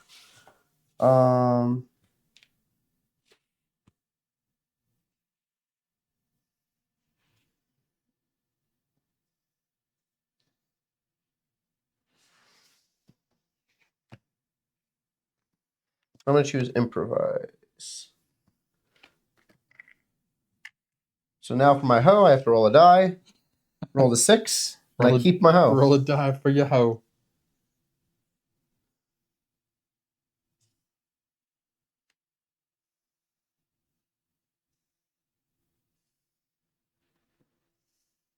There we go. Now I have some room to show. 1 card's length. And Okay, so it goes down to a 6 and moves down to step 2. Okay. I'll come in and give you all. All right, so same thing. 2. I don't have anything. Oh, I have my axe that I'm going to be using. Oh, so this is actually good when Which you adds- don't succeed right off the bat. Oh, you have to discard 2 cards, though. Yeah. So this adds +1, so I get to use 3 of my cards. And then I'll be able to convert 2 fists into 2 stars, which this already will let me do. Oh, or. So depending on what happens here. Yeah. So we'll see. So I'm going to draw.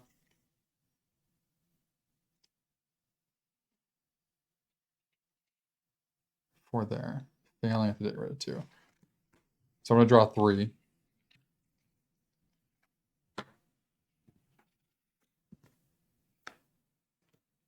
All right. 1 and 2. So I got 1 and 2. So if I wanted to keep that, it would be the same as that, but then I would have to get rid of that. So I'm going to just do the +1 so I can use the 2 stars. That way I can hold on to this for next time. So down to 4. Down to 4. So you can keep one of these, and then I have to get rid of 2 cards from here. So we just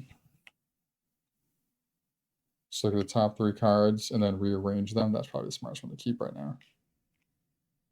Improvise lets me actually essentially do this. Yeah. Plus keeping 1. I may keep improvise then.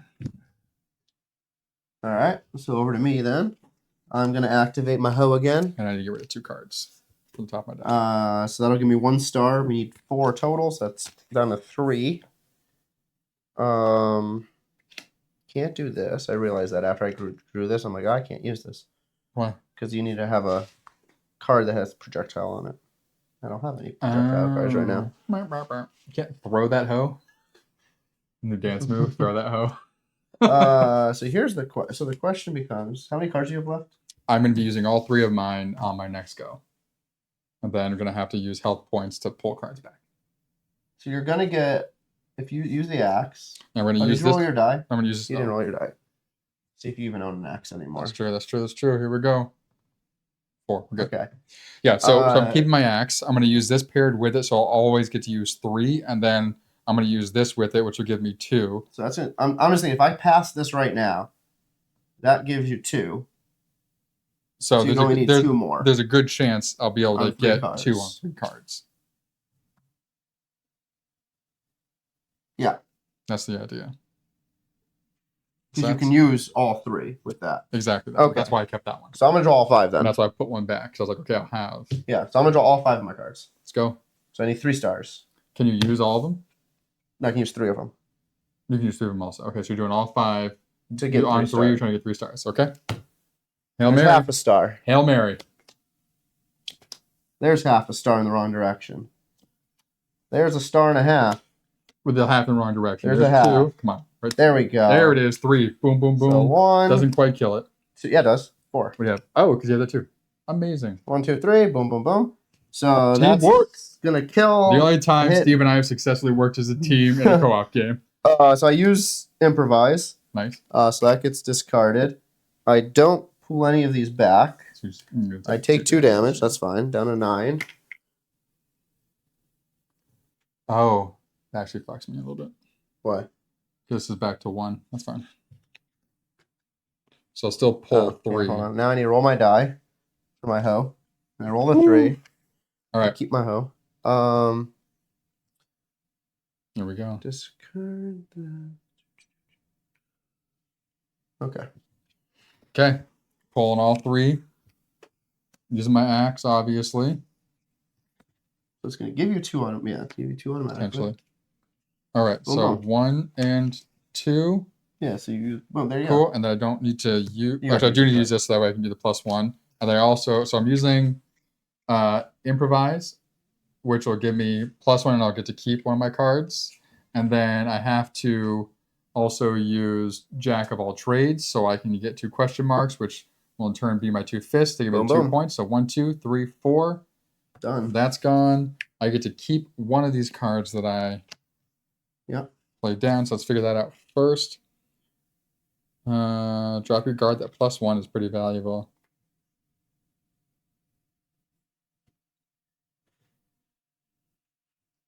Interesting. Keep 2, moving your figure to another terrain card that is connected to your terrain card by an uninterrupted series of terrain cards. Oh, nice. So on the double, lets you just sprint from here to there. I had one of those, yeah. As long as they're connected, yeah. Okay, I'll keep on the double. That might come in handy. All right. So read number 40 in the book. Literally. Wait, where'd the ones I didn't use go? And then I think I get to read this paper afterwards. We'll find out. Because I used all 3. Yeah. Sorry. Cool. What do you got, number 40? In the book.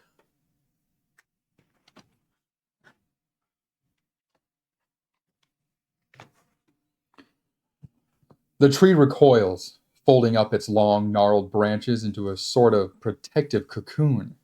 You hesitate for a precious second, fearing a ruse, but the abomination remains immobile. You are certain you have defeated it. Hurrah! The survivors cheer you, raising their makeshift weapons and fists in support. Hurrah! With one last effort, you clamber up the mound of rubble and stand between you and escape. Discard all cards on the board. Yeah. Open the introductory scenario entitled A New Beginning, where the bookmark is, which is where you would have put it, where they told you to put it, and read the epilogue to the end of the scenario. Like less than 10 pages about a bookmark.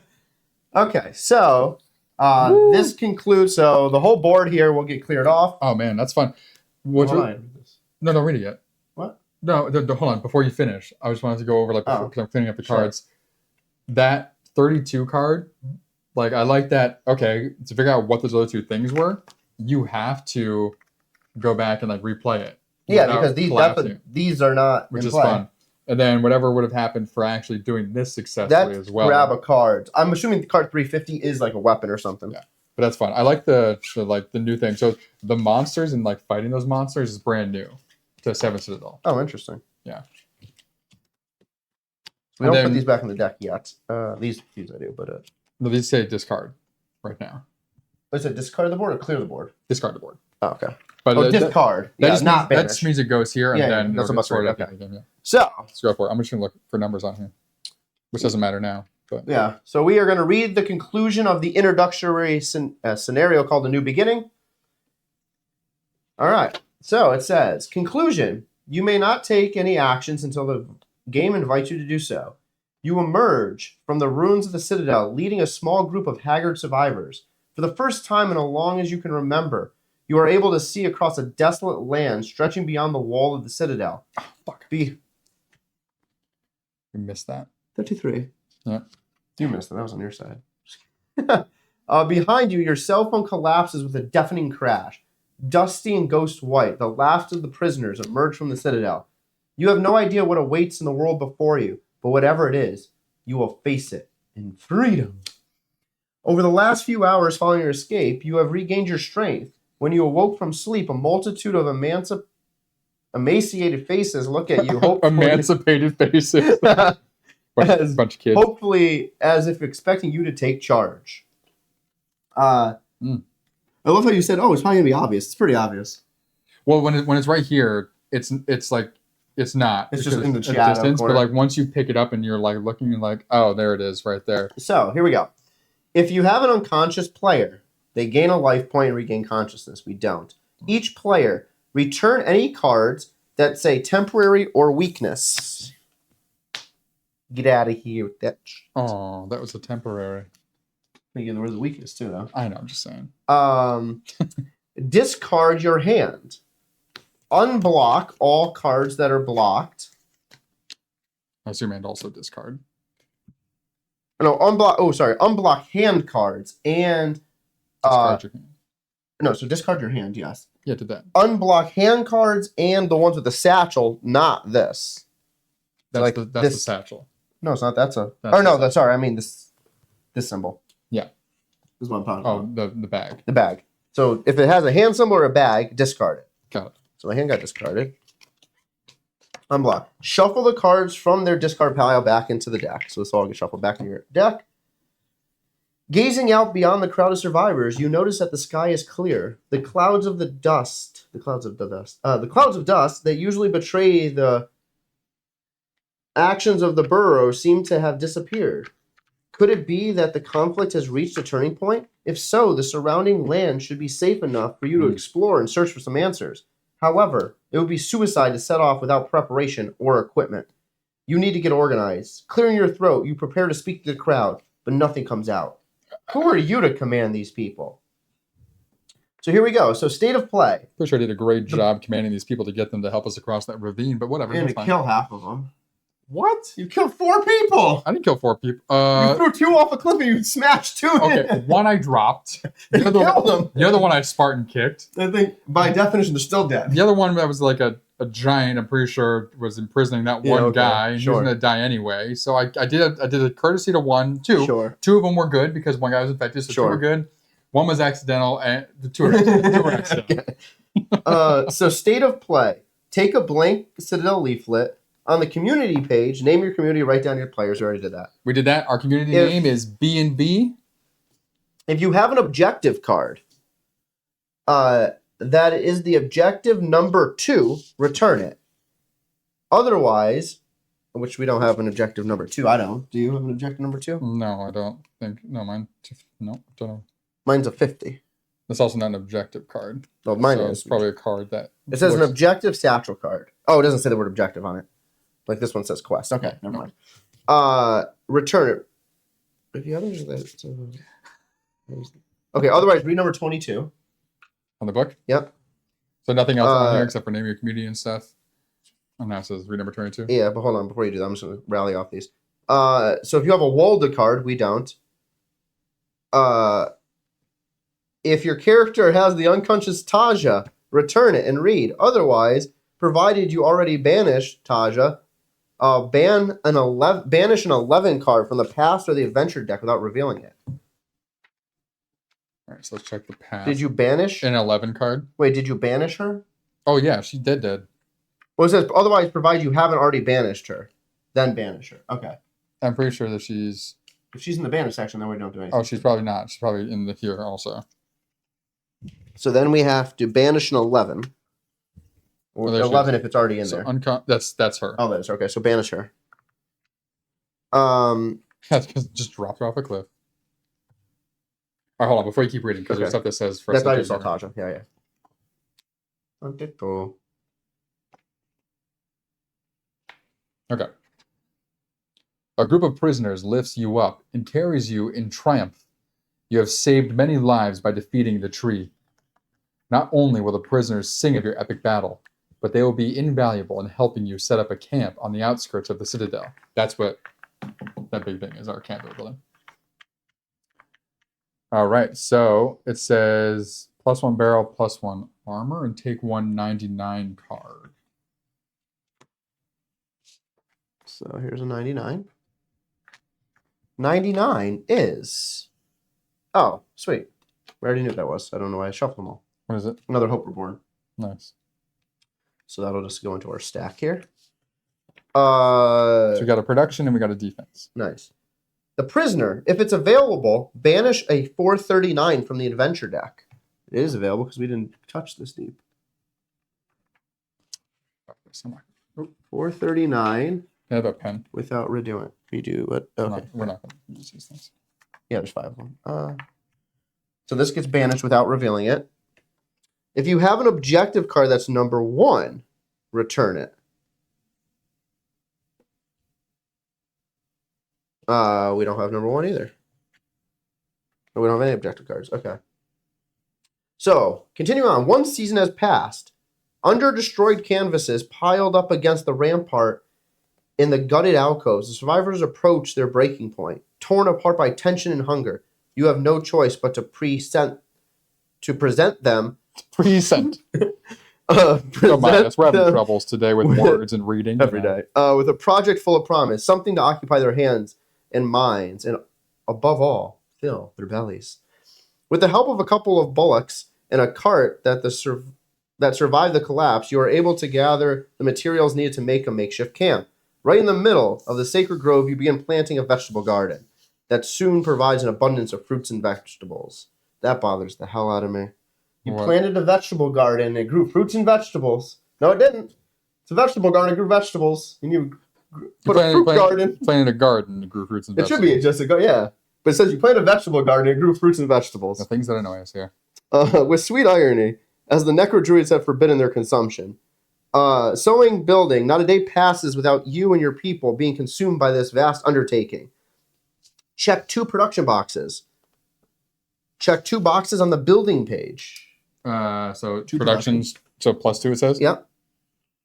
Okay, and +2 on the per buildings page of the Citadel booklet. Okay. So here, when you check a symbol on the Destiny page, check 1. Take 2 99 cards. Wow. So we have 3 Hope Reborns now? Check I guess 1 building box and stuff. So just any of these. Oh, this makes sense now. Okay. So any of these, we get to check any of these 2 building boxes. Yeah. So we'll have to look at this and figure that out. It says 2, right? Yes. Yeah, let's do that. Yeah. Let's do 3. But it says +2 production. Ah. Huh. I understand. Okay. What? What I thought was going to happen is going to happen, but I'm not going to say it yet. So just make sure to miss it. 2 production and then 2 building boxes will come. Yes. Okay. At the end of another day's work, you contemplate what has been accomplished, what you have accomplished.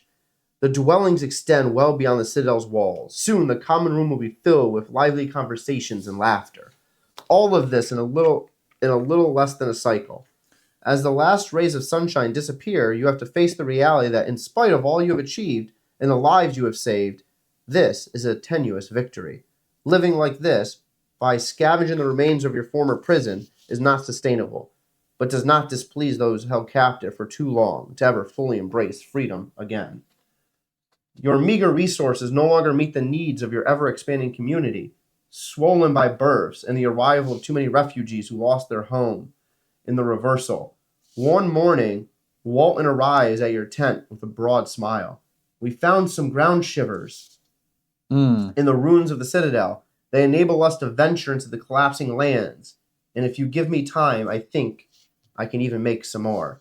In the glossary section, on pages 2 and 3 of the dialogue book, you can read information about browsers, reversal, ground shiver. Sure. Moving on. We'll read that afterwards. Since your escape, you have kept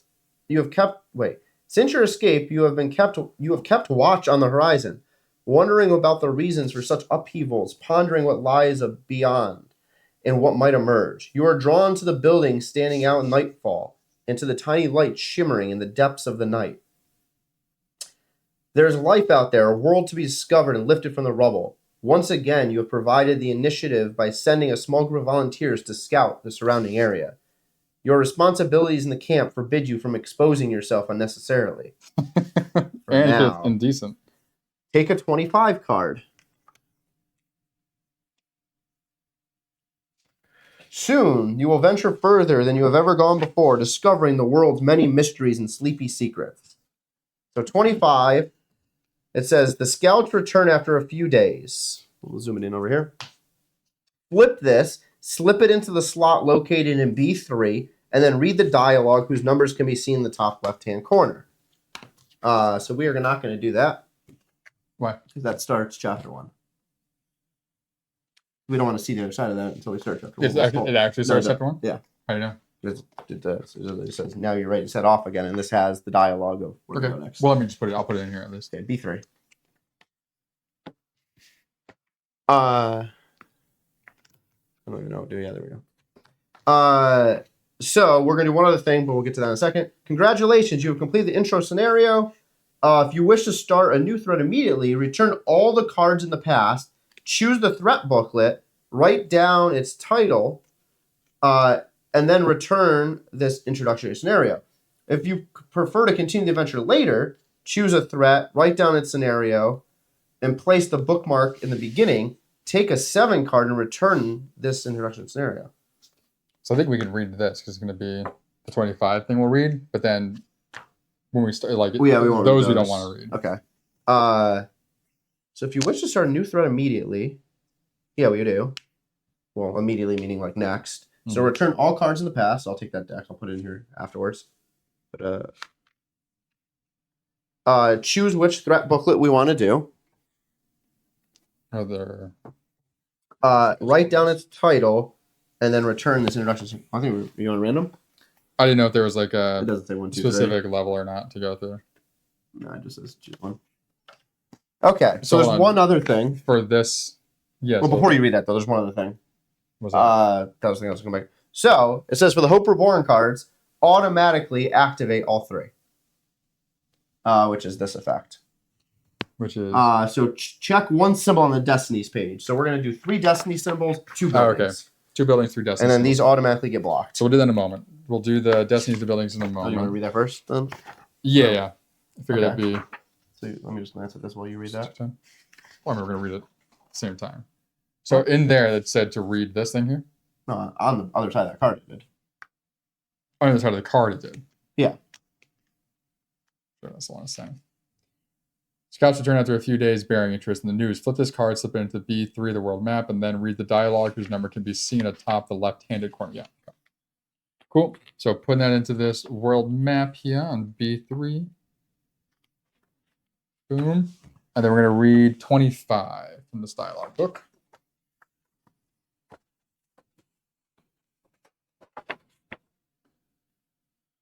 All right. We were careful, and we all came back unscathed. The ground shiver. You gave us help to avoid some rare burrowers by alerting us of their presence. Here is our citadel. We found traces of an ancient battle a little further south. Perhaps there is something that can be recovered to improve our defenses. An impassable crevice cuts off from the north. As you can see here, the Great Sea has spread much further west. Finally, there's strange stone slabs here, but we aren't able to open it. You thank Raylan for his support and wish him good rest. If this is your first time reading this dialogue, gain 1 book symbol on there. Okay, knowledge. Cool. That's good. Cool. So that's telling us essentially what's where. So, our citadel. Further south, there's an ancient battle. Cool. Great Sea. So there's an impassable crevice that cuts them off to the north. So can't go around. So these are probably which ways we're going to choosing to go. 66, 55, based on whatever. All right. So that's interesting. I wonder if like the threat booklet will tell us. Probably. No, not there yet. Or if we're trying to like complete. I guess maybe this is like something that's happening in the world, and then we have to try and find where that's at. Maybe I have no idea. All right. So we have 2 building and 3 destiny. 3 destiny. So we have 1 knowledge point. I'm gonna add on here. Okay. I have a thought process, but I'll let you prep. Well, I said every time that we check off a destiny, we also get to check off a building point, right? No, only the destiny of that symbol. So can we get to any of those? Yes, we can. That's my thought. So we're doing. My suggestion is, so you have to check this one first. It says right here. Yeah. So we have to check that so first. So if no symbol is checked, check the symbol in the center. Otherwise, check 1 symbol connection. So in those. So that's number 1. Has to be checked. Yep. So when we check off that, and can we see? Oh, here. No, still zoomed in. No. Oh, it's gonna be hard. Just do the. There we go. Where's the closest one? There we go. So we have to do this middle one here. Through training and experience, you have developed new abilities. Randomly take 4 advanced skill cards from the game. Oh, thank you. Randomly take 4 advanced skill cards from the game box. 1 player gains 2 of these cards, or 2 players each gain 1 of these cards. Yeah, so each gain 1. Yep. And then shuffle them into their action decks, returning. Okay, so we're going to get 1 of those. So I'll just cross this bad boy off. And then my thought is we just go 1, 2, and get both of these, and that gives us 4 building marks. Yeah, that's fine. What is the R? Player gains reflexes card. What do the buildings actually give us? So So those will give us, so check one box in the buildings page. Okay, so then Yeah. buildings give us various things based on what we Yes. filled. So is there anything that would help us right now? Both of the tavern. Right side. It's going to be the building you want anyway. What are we looking for? The tavern. During the preparation phase, if you are at the Citadel, you may take a 6 card, a side quest. Okay, if you're at the Citadel. So is the Citadel automatically built? Oh, that's a great question. Citadel, one of these? I think we are. No, Citadel is the whole location, right? Because if you look at it, it says the Citadel on that card. Does it also? That little card? It says the word Citadel. Right? Oh, so we probably would literally be here on that card. to go down here like all those cards as well. So if you're on that card to start in the preparations phase, then we can. Oh, interesting. So I wonder. So this is like the new, like they did like a map thing on the outs, like bringing it out, and then when you go into a spot, it probably is like smaller maps based on those cards. Probably, yeah. Nice. Okay, so if you're on that Citadel spot, you can gain a side quest. Okay, so that'd be 2. What was the? So we'll have 4. So what was the other one you were looking at? That was the main one because you have to do both. You have to do 2 to do this, and that just gives us 2 more to then actually. Right. Okay. Work on stuff. So we don't know what these will do for us yet. These symbols. No, but does it say? No, it just has them here. So influence knowledge. We don't have any influence. So having influence. You want to do influence and defense so we get some protection? So we can do some more because what do we have for? So then we'll have 2 defense and 1 influence. I'm down do with that. That's fine. Because defense is probably going to come in handy with battling a lot. Okay, sorry about flipping the page around here, guys. Just want to look at that. Here you go. Okay, so we're gonna do. You said you want to do this one and this one. Yes, because that'll open these 2 up if we want to go there for further.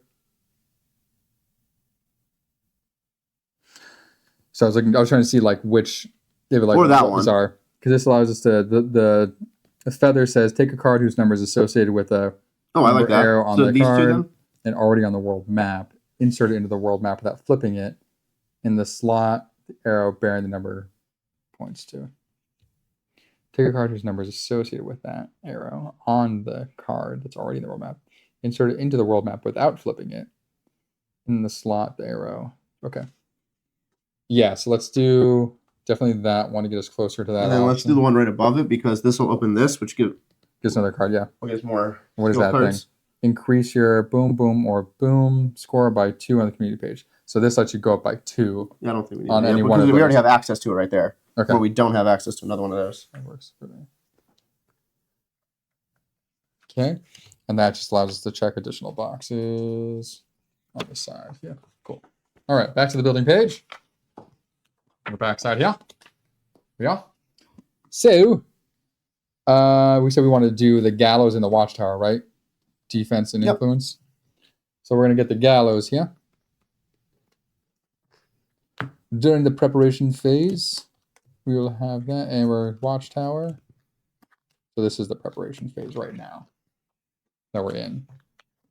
Oh yeah, we'll start it next time. That would be like the start of the preparation phase. Well, I'm saying that's what we're doing. So during the preparation phase, if you're the Citadel, you may take 6. So during the preparation phase, add 1. Oh, because that means every time. So every time we get to the preparation phase, we'll add 1 to our listing. Does that make sense? Yeah, because preparation only happens at the beginning of a chapter, not each turn we do. The beginning of each part of the threat book. Okay. So like this only had 1 preparation. That makes sense. So like you unlock this, so like each cycle, you're gaining. Let's see. Preparation. Look, it's here. The preparation's that one. It literally says it at the beginning. More.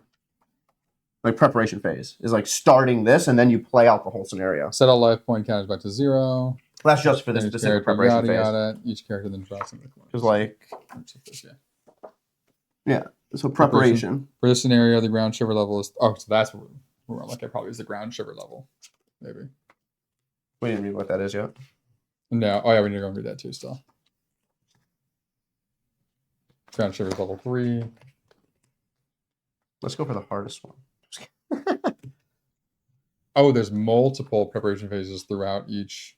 It's like each scenario, Right. each part of the scenario. So that's why Got you it. So have it's the. not just the okay. So they probably all start at 3. Yeah, they all start at 3. So dinner preparation phase says +1. Okay. Interesting. So I feel like that'll just get maxed out. How many preparation? Well, no, it phases? takes time. So like, What did I say? Okay, if so it's a there's- 2-hour, okay, there's 25 there. yeah. So if it takes Okay. 2 hours to do a whole thing. So then it's good to get those smaller ones locked in then for these. So that way, every time you play, it's increasing. So like the next ones, we probably want to go for the grain side of the forum. But at least now we have access to side quests. Okay. So we won't take those up now. We're not in the preparation phase at the moment. We won't take our side quests yet either. All right. Learning is great. Does it recommend that you use a pencil for this thing? Because I feel like this ground shiver level will like change. No idea. We'll read what it is. Yeah, well, I'm just saying, like, if it recommends using pencil on this thing for that. It'd be weird. Oh, that was dumb. What is this? I missed 2 cards. Amateur hour. How'd you do that? Fool? Somehow they're off to the right. Says check his progress of the adventure.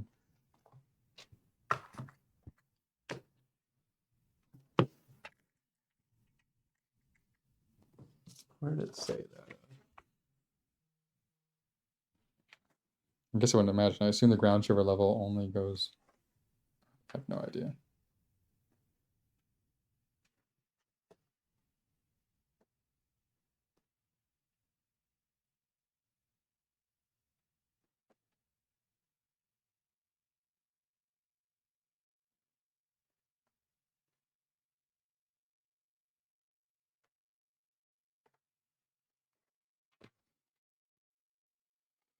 Yeah, so it says they may go up or down. Oh, yeah. So pencil in there, I guess. Guess so. All right. So. Why would you say that right away? Pencil. Goodness. Where was this? It says for the ground shivers. The glossary section of the dialogue book, page 2 and 3. Okay. This is now complete. Introductory.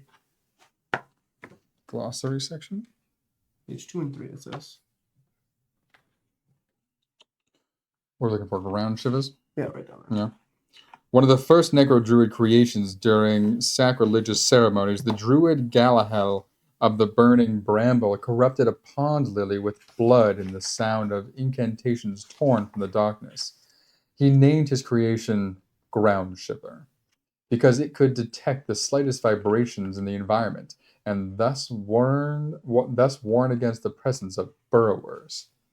By folding up its petals, this creation marked the advent of Necro-Druids and was the first turning point in the War of the Worms. Without a ground shiver, it would be risky, foolish even, to travel in certain parts of the collapsing lands. What are burrowers? Burrowers refer to various invertebrate subterranean creatures that seem to have no will of their own and act according to the will of the worm master. The most common is the blind worm, which is as long as 2 people and moves by digging tunnels that cause the ground above to collapse. The collapsing lands owe their name to the burrower's destructive work. And then we got the worm master, the name given to the person or people who led the burrowers in their attack on the Cal Protectorate during the War of the Worms, in order to bring to submission. Their identity remains secret and is not known what has happened to them since the reversal, or even if they are still alive. And then just keeps going. What do we got? Nothing else has been exposed yet. Reversal, War of Worms, Protectorate. So the Protectorate was like the company where you're at, wasn't it? We don't know. We haven't had that word yet. Yeah, it's right there. Protectorate. Where? Cal Protectorate. Yeah, no, but we haven't had it in the story yet. Yeah, no, this is fine. It just said when your score is 10 or higher. These you can just read, but No, I know. it tells you not to go. So, like, because it mentioned the Cal Protectorate. Ah. So, Cal has long been a city-state like any other, thanks to the central geographical position and its unrivaled military power. it gradually developed a hegemonic policy, considering the other cities as its vassals. While most of them did not mind, Galadrock ended up opposing this in an eventual rebellion that saw its mages clash with the Kellyan Iron Legions. It was during this conflict that the Worm Master made their appearance. Ah, yeah. So Kel Protectorate's the whole thing here. City-state, yeah. Yeah, it's the world map. Yeah. So we have Kel, yeah. Oh, it's called the Kel. Yeah, there we go. Yep. Thank you for the clarification. Yeah. And then there's the War of the Worms, so the name commonly given to the conflict between the Worm Master and their burrowers and the Kel Protectorate and its allies, the Necro Druids. The War of the Worms, which lasted nearly 50 cycles and ravaged the country to the point of giving it name the Collapsing Lands, seems to have ended with the reversal. And this will be the last one I'll read is the reversal, so we have context here. This unexplained event, which occurred nearly a cycle ago, was responsible for the collapse of the Necro Druid Nini-Dizir Citadel. Nini-Dizir's Citadel. Goodness. Kind of enigma mines? My God. Many view the reversals as the official end of the War of Worms, which they attribute to the death of the main player of the conflict, Necro Druids, on one side, Worm Master on the other. But these are the only suppositions. More pessimistic people see the reversal as a simple lull in the conflict. All right, what do we got? Pick a one. 1, 2, or 3. All right. So before we look at that, so we have now completed the introduction scenario. We gave a little context on saving it up, prepping for the next threat booklet, as well as where we're going to be starting specifically. Next Saturday will be our next stream for 7th Citadel. Yep. Thursday we'll be streaming at 8 p.m. Pacific Standard Time for Skyrim, finishing off campaign 1. We have chapter 3. That'll lead us into the whatever boss battle and however that campaign finishes. Get some roaming monsters on the board. And then we'll be heading into campaign 2, which is like a whole new thing because the blades change and everything else. But for 7th Citadel, what threat are we doing? We're going to be doing the Drums of Desolation as our next one. So, very interesting. I have no idea how this plays out going forward. So we will find out. I know my guy, who I have, where did he go? Here he is. He is essentially looking for his long-lost daughter, which... let's see. There's a village engulfed by the burrowers. Right. So, the shores of the bottomless sea. Where's the bottomless sea? Up here? Yep. The bottomless sea. Oop, can't see. Goodness. Get our view straight. There you go. Is right up here. So that is essentially where my guy wants to go, if we can. And then what are you looking for? I'm looking for a mirror bed. A what? I don't literally. Is this mirror bed or mirror bed? A bear dash a mid. It's close. So it says bear dash a mid. Yeah, it could be just part of a location or whatnot, but is it a location you're looking for?